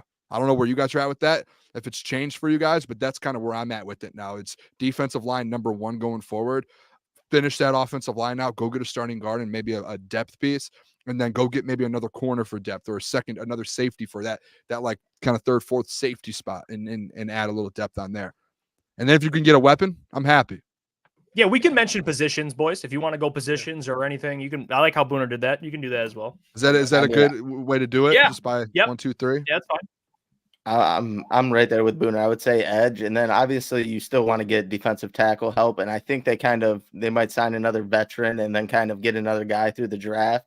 And then I think quarter after, obviously you got Davis, it kind of moves down on the list, but I still think you need to go out and maybe get another veteran, and then you draft like a late round corner. Hopefully our guy Max Melton, if he doesn't go too early, but it has to be defensive edge. That's the biggest priority, is getting someone alongside of Hutch. You need someone to get to the cornerback and take some relief off the cornerbacks and off your secondary. So defensive edge is still one. I think guard will be second, and then maybe defensive tackle and then corner. I don't know. Mm-hmm. Yeah, I mean, I think they need to get another corner. I think in free agency too, because they'll now have Mosley, they'll have Carlton Davis, they'll have Cam Sutton. So that's 3 corners, because I'm going to keep Branch as like a defensive back. Like, assuming they draft one, that'll probably be another one. Yeah, I think they got to address one more corner through free agency. Now, is it Stephon Gilmore like I would like it to be? I don't know, because they do need, to your point, they need to add a defensive end. As far as the guard position goes, I'm cool if they don't sign one. I think that's where they go in the draft. This is a deep guard class from rounds 1 through 3. I think Brad's going to find a guy that he likes that can start day 1. So I think that's where they fill it out now that they got Graham back. And especially when you look at Graham's older, Frank's older, go get a young guy that can be cheap and develop more, rather than go get somebody in free agency that's really not going to be able to be around here long term as a solid option. And then, so I'd go 1 defensive line, specifically edge, 2 corner, and then 3 offensive line for me. You would think, real quick, with the guard position there, Lucas, you would think if they draft someone, if they go that route, it has to be like the first, like you have to get Jackson Powers-Johnson. First 2 rounds. Well, because you have to, because guard is not as important as center or tackle. Well, I mean, you need someone that's a for sure starter. You can afford to get one. Is what I'm saying. Second. But Jonah, to be fair, Jonah wasn't a first round pick. Did he start instantly? He played pretty quickly. I'm that's almost what certain. my point is in the first 3 rounds, like a Cooper Beebe, if he can. It's just, you just need someone like instantly to step in, because you don't have, unless they feel like they have someone on the roster right now that can step in and be like, okay, yeah, that's our guy. I just think You have you literally have an open starting guard position right now, and you want to keep that offensive line top 5. Yeah, no, and I said that earlier, Booner. I said the way it's kind of panning out and the way the signings that they're making kind of makes me feel that they are going to go offensive line in the first. And I know we're not getting to it today, but in my mock draft, a certain guy we've been talking about has been falling a little bit. So I think if that's the case, I think like you said, there's no way the Lions don't at least look to that and kind of feel it out. And if there is a guy that can start day one, I think they may look that direction. So let me I'll say this, fellas. Smelling something, and I like. Hey, I'm smelling what Jackson Powers Johnson's cooking. All right, that's I want that man. Give me Jackson Powers Johnson. Give me Jackson Powers Johnson. I'll write it 1,000 times on a chalkboard like The Simpsons. I'll write it 1,000 times. Go get, and if it's not Jackson Powers Johnson, and Brad feels like there's another guard that you can get, a Cooper Beebe, whoever it is, that maybe it's not Jackson Powers Johnson specifically. Go get him. He could start immediately at guard. He can play multiple positions. It's a great pickup. It's so, and there's still a corner you can find. There's some good corners here that are not going to go in the first round. You can still get some corners. Brad can trade up. He's done it in every draft. You can trade up and get your guy. I think Jackson Powers Johnson in the first round makes so much sense. If you have to trade up and get him, cool.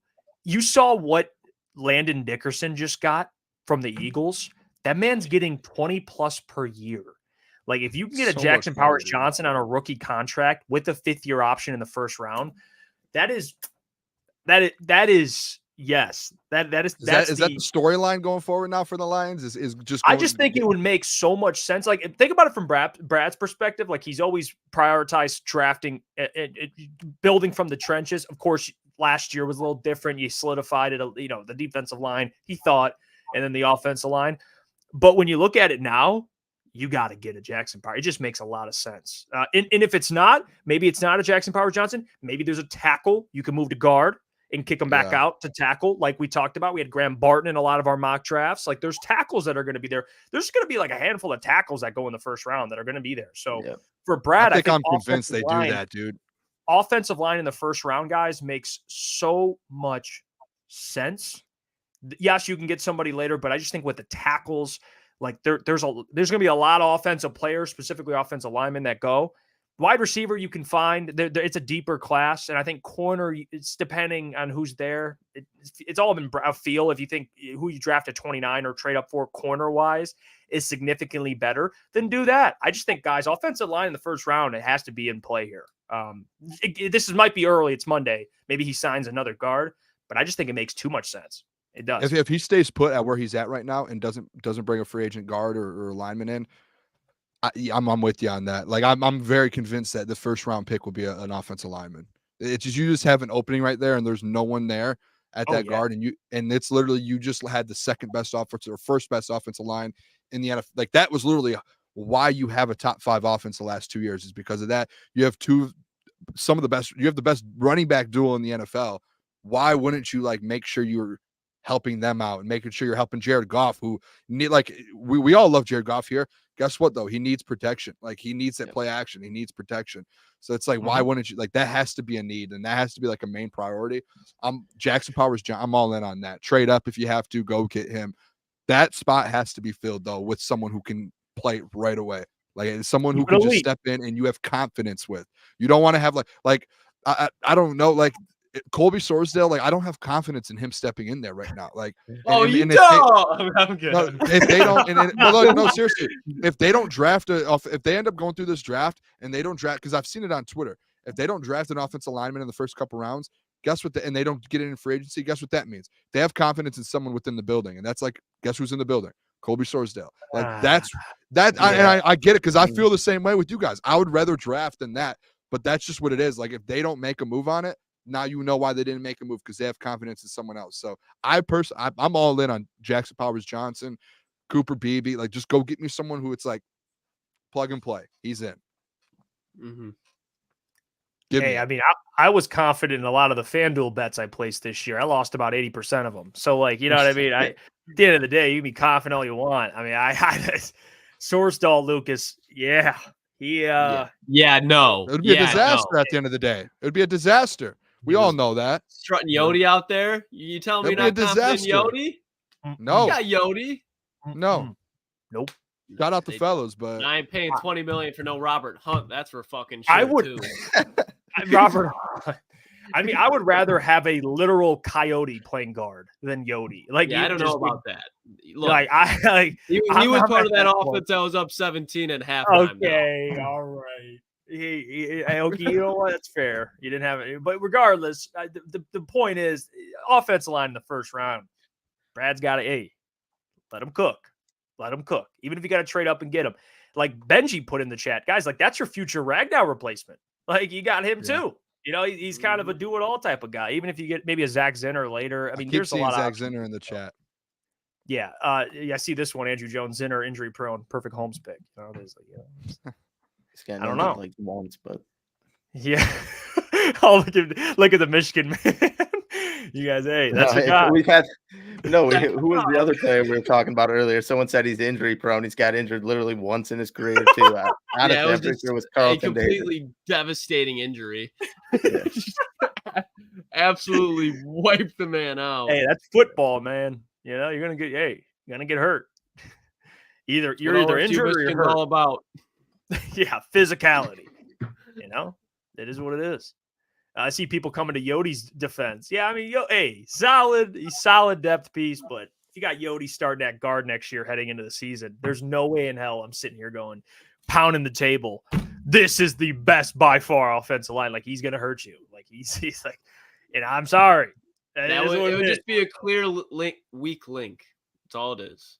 Yeah, especially after you just had like the best offensive line almost back-to-back years, and then it's just like, let's go Yodi. I mean, he's good if someone goes down and you need someone for a couple of weeks. He can hold it down. He did it in the playoffs, didn't he? Yeah. So yeah. I mean, like, he's solid. Starting for 17 games, 17 games plus the playoffs. I don't know.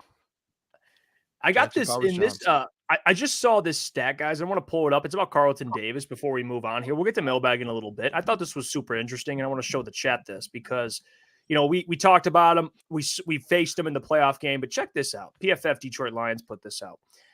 Carlton Davis III from week 12 onwards in 2023, 247 coverage snaps, 46 targets, 26 receptions allowed, 330 yards, 2 interceptions, 8 forced incompletions, and a 66.2 pass rating allowed when targeted. So this was to end the year last year. Beautiful. He's playing good football. It's when they went on that run and won a lot of football games. He was playing good football. I'm curious. This would be what, the third, I guess you look at it, cornerback acquired by Brad. It was Cam Sutton, Emmanuel Mosley, at least bigger names, I guess. Yeah. You know, and then now would be Carlton Davis. I would say Emmanuel Mosley I don't even know what to think. He got hurt, and then Cam Sutton's kind of been up and down. But again, he's been really good at finding DBs in the draft. But I think Carlton Davis will be that guy for the Lions this year. So I think it'll be all right. Yeah, I mean, no, go ahead. It's my fault. No, I'll just say this. Put some questions in the chat, and then we'll get to any comments, questions, concerns regarding Mailbag, baby. That's all I wanted to say. But you're good, Lukas. But I would say during that stretch, so week 12 they played the Colts, so he was the number 1 corner. So he had Michael Pittman. Week 13, the Panthers, so he had Adam Thielen. Week 14, Drake London. Week 15, he had the Packers. So take any of those wide receiver, Christian Watson, Romeo Doubs, whoever you want. Week 16, the Jaguars, so Calvin Ridley or Christian Kirk. Week 17, I think Michael Thomas was hurt during that time, but Chris Olave. Week 18 again, he had to do Adam Thielen. And then in the playoffs, I don't remember who they played. The Buccaneers play round 1. Cowboys. Who they beat? Oh, no, not the Cowboys. Oh, wait, was it? No.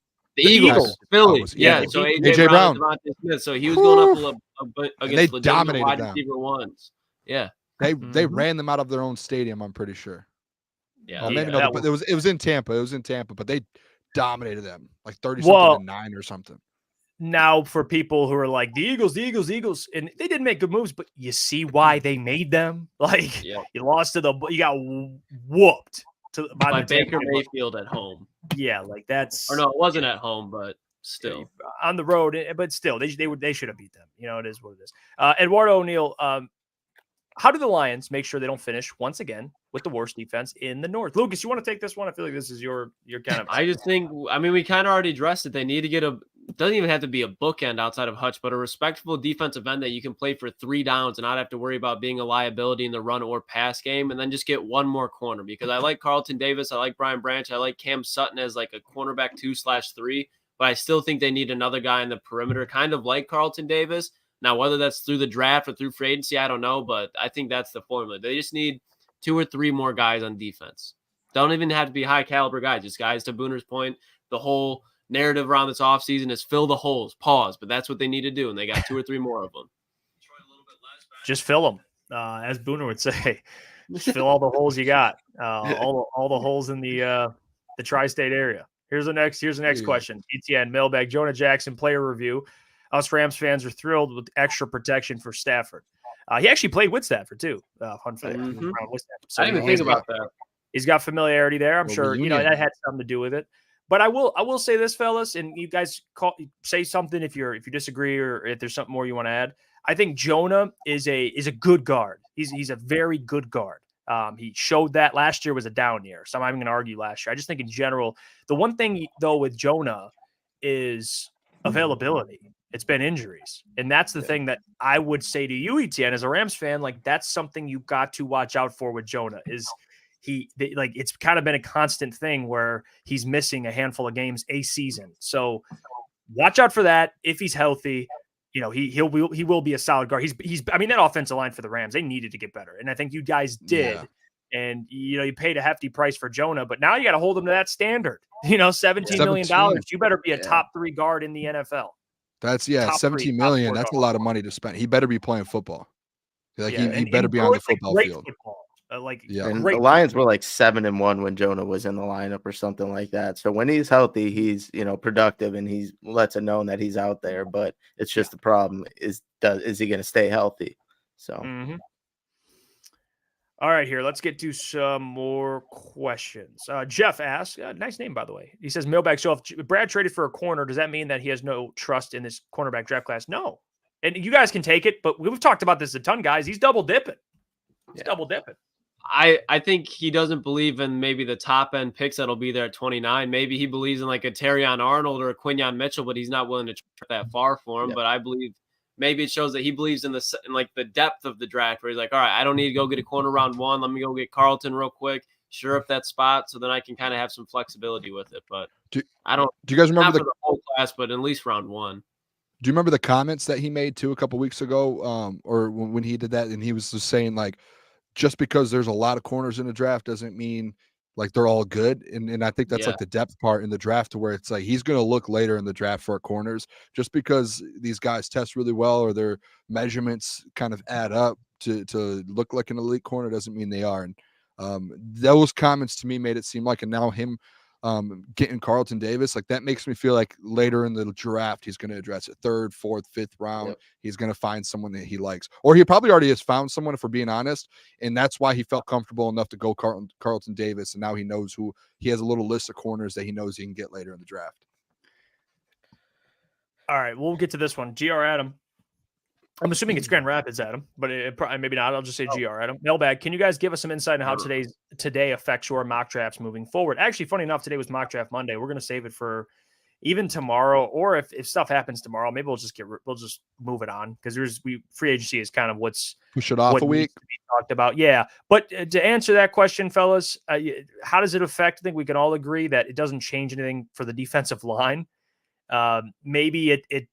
Maybe you'd think, well, maybe they don't take a corner in the first round now. Maybe that's your takeaway. But to me, this doesn't really change a ton. I think it prioritizes offensive line now. I think we could agree there.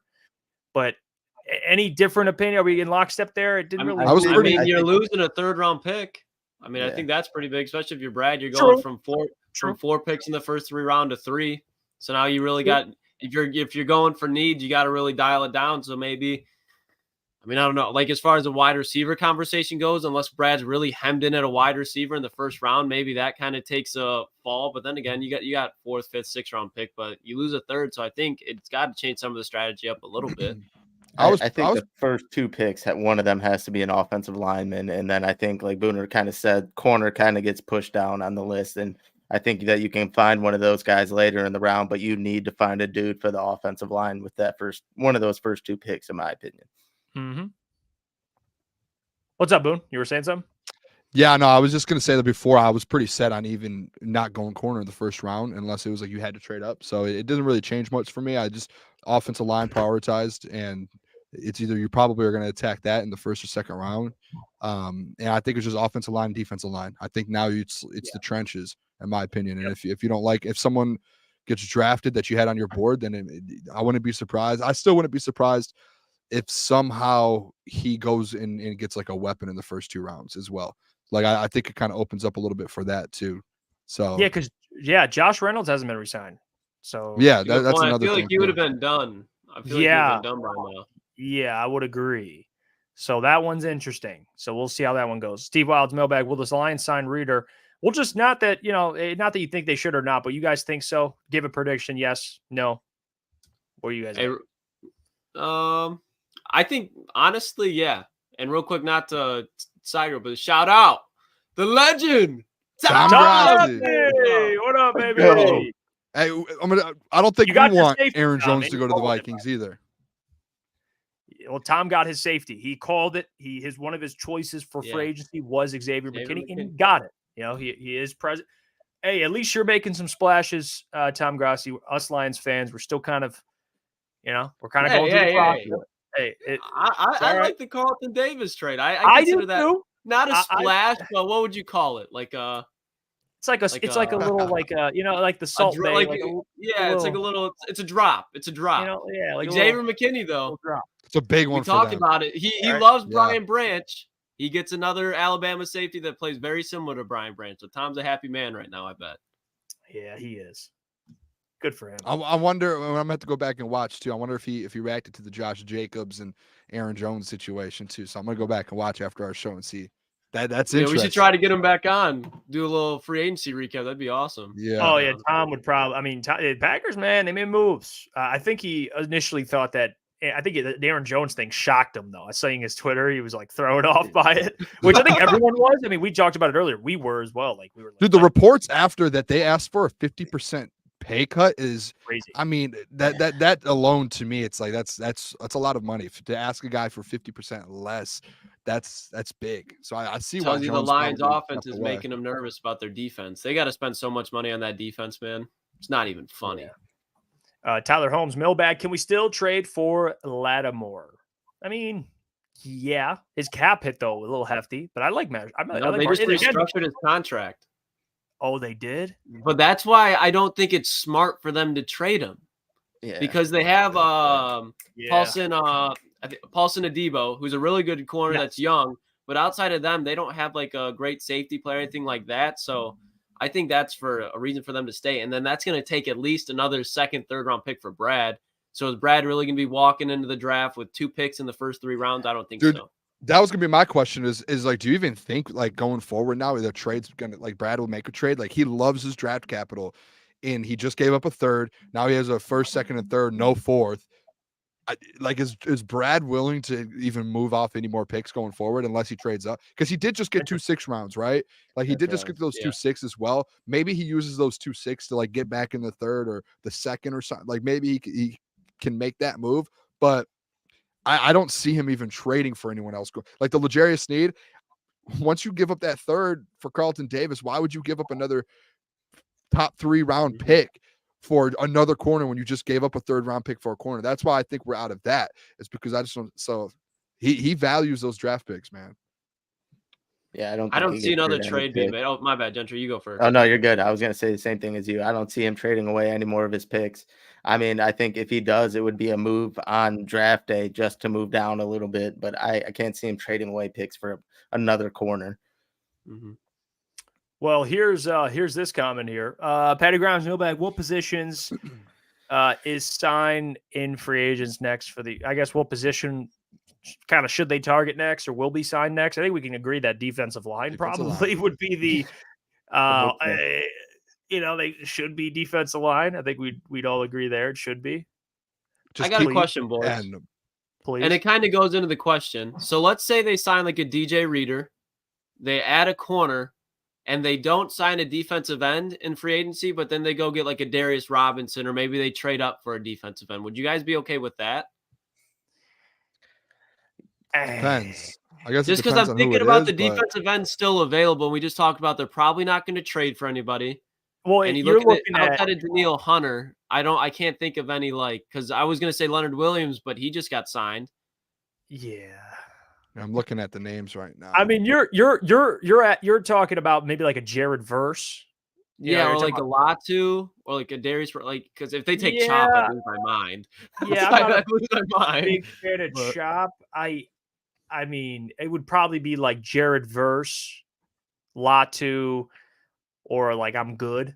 That's probably how I would feel. Do you think Darius Robinson's out? I think he's still or Darius Robinson. Yeah, I was say I still think Darius Robinson's a big play here for Detroit. I just think the reason why I push back, and probably Jeff, you probably agree with, and I mean honestly, you guys all probably do, is if they don't get a defensive end, they need a pass rusher on the opposite side of Hutch. You know what I mean? And if Darius can't bring that, maybe you're relying on Aleem if you bring in a DJ Reader to be that second guy, but still mobile quarterbacks, you want an athletic defensive end out there. Yeah, I mean, I don't even want to think about it because like I'm trying to think about the possibility, Lucas. We headed into the draft and there's no it's just Marcus Davenport. I do know. I would hope they sign someone better than Marcus Davenport in the next couple of weeks. Yeah, they better. And I'm just going to be very blank on that. Brad Holmes better go out and get another defensive end to add to this. Like that needs to get done. You have money. You went into the offseason with top 10 money and like open cap space. Go get me a defensive end. And if you draft one, awesome. We have more. But go get me another defensive lineman. Don't play around with me on that, boys. Don't do that to me.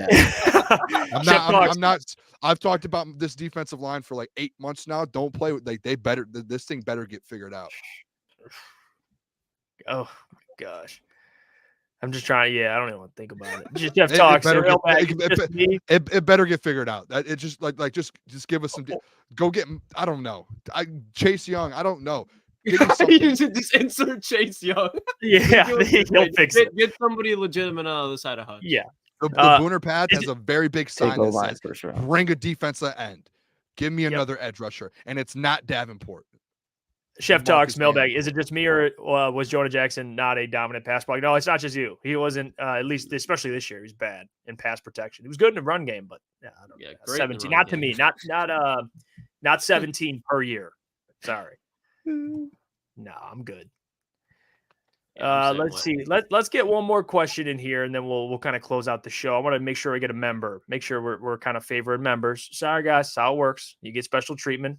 That's how the got to help the people out here. I want to make sure we get a question. Let's see. Oh, I saw this. We'll bring up the Steve Wilds. It's not really a question, but it's more of just a statement. Can we bring up the T Higgins thing, Detroit? Yeah, Jamar Chase's tweet as well.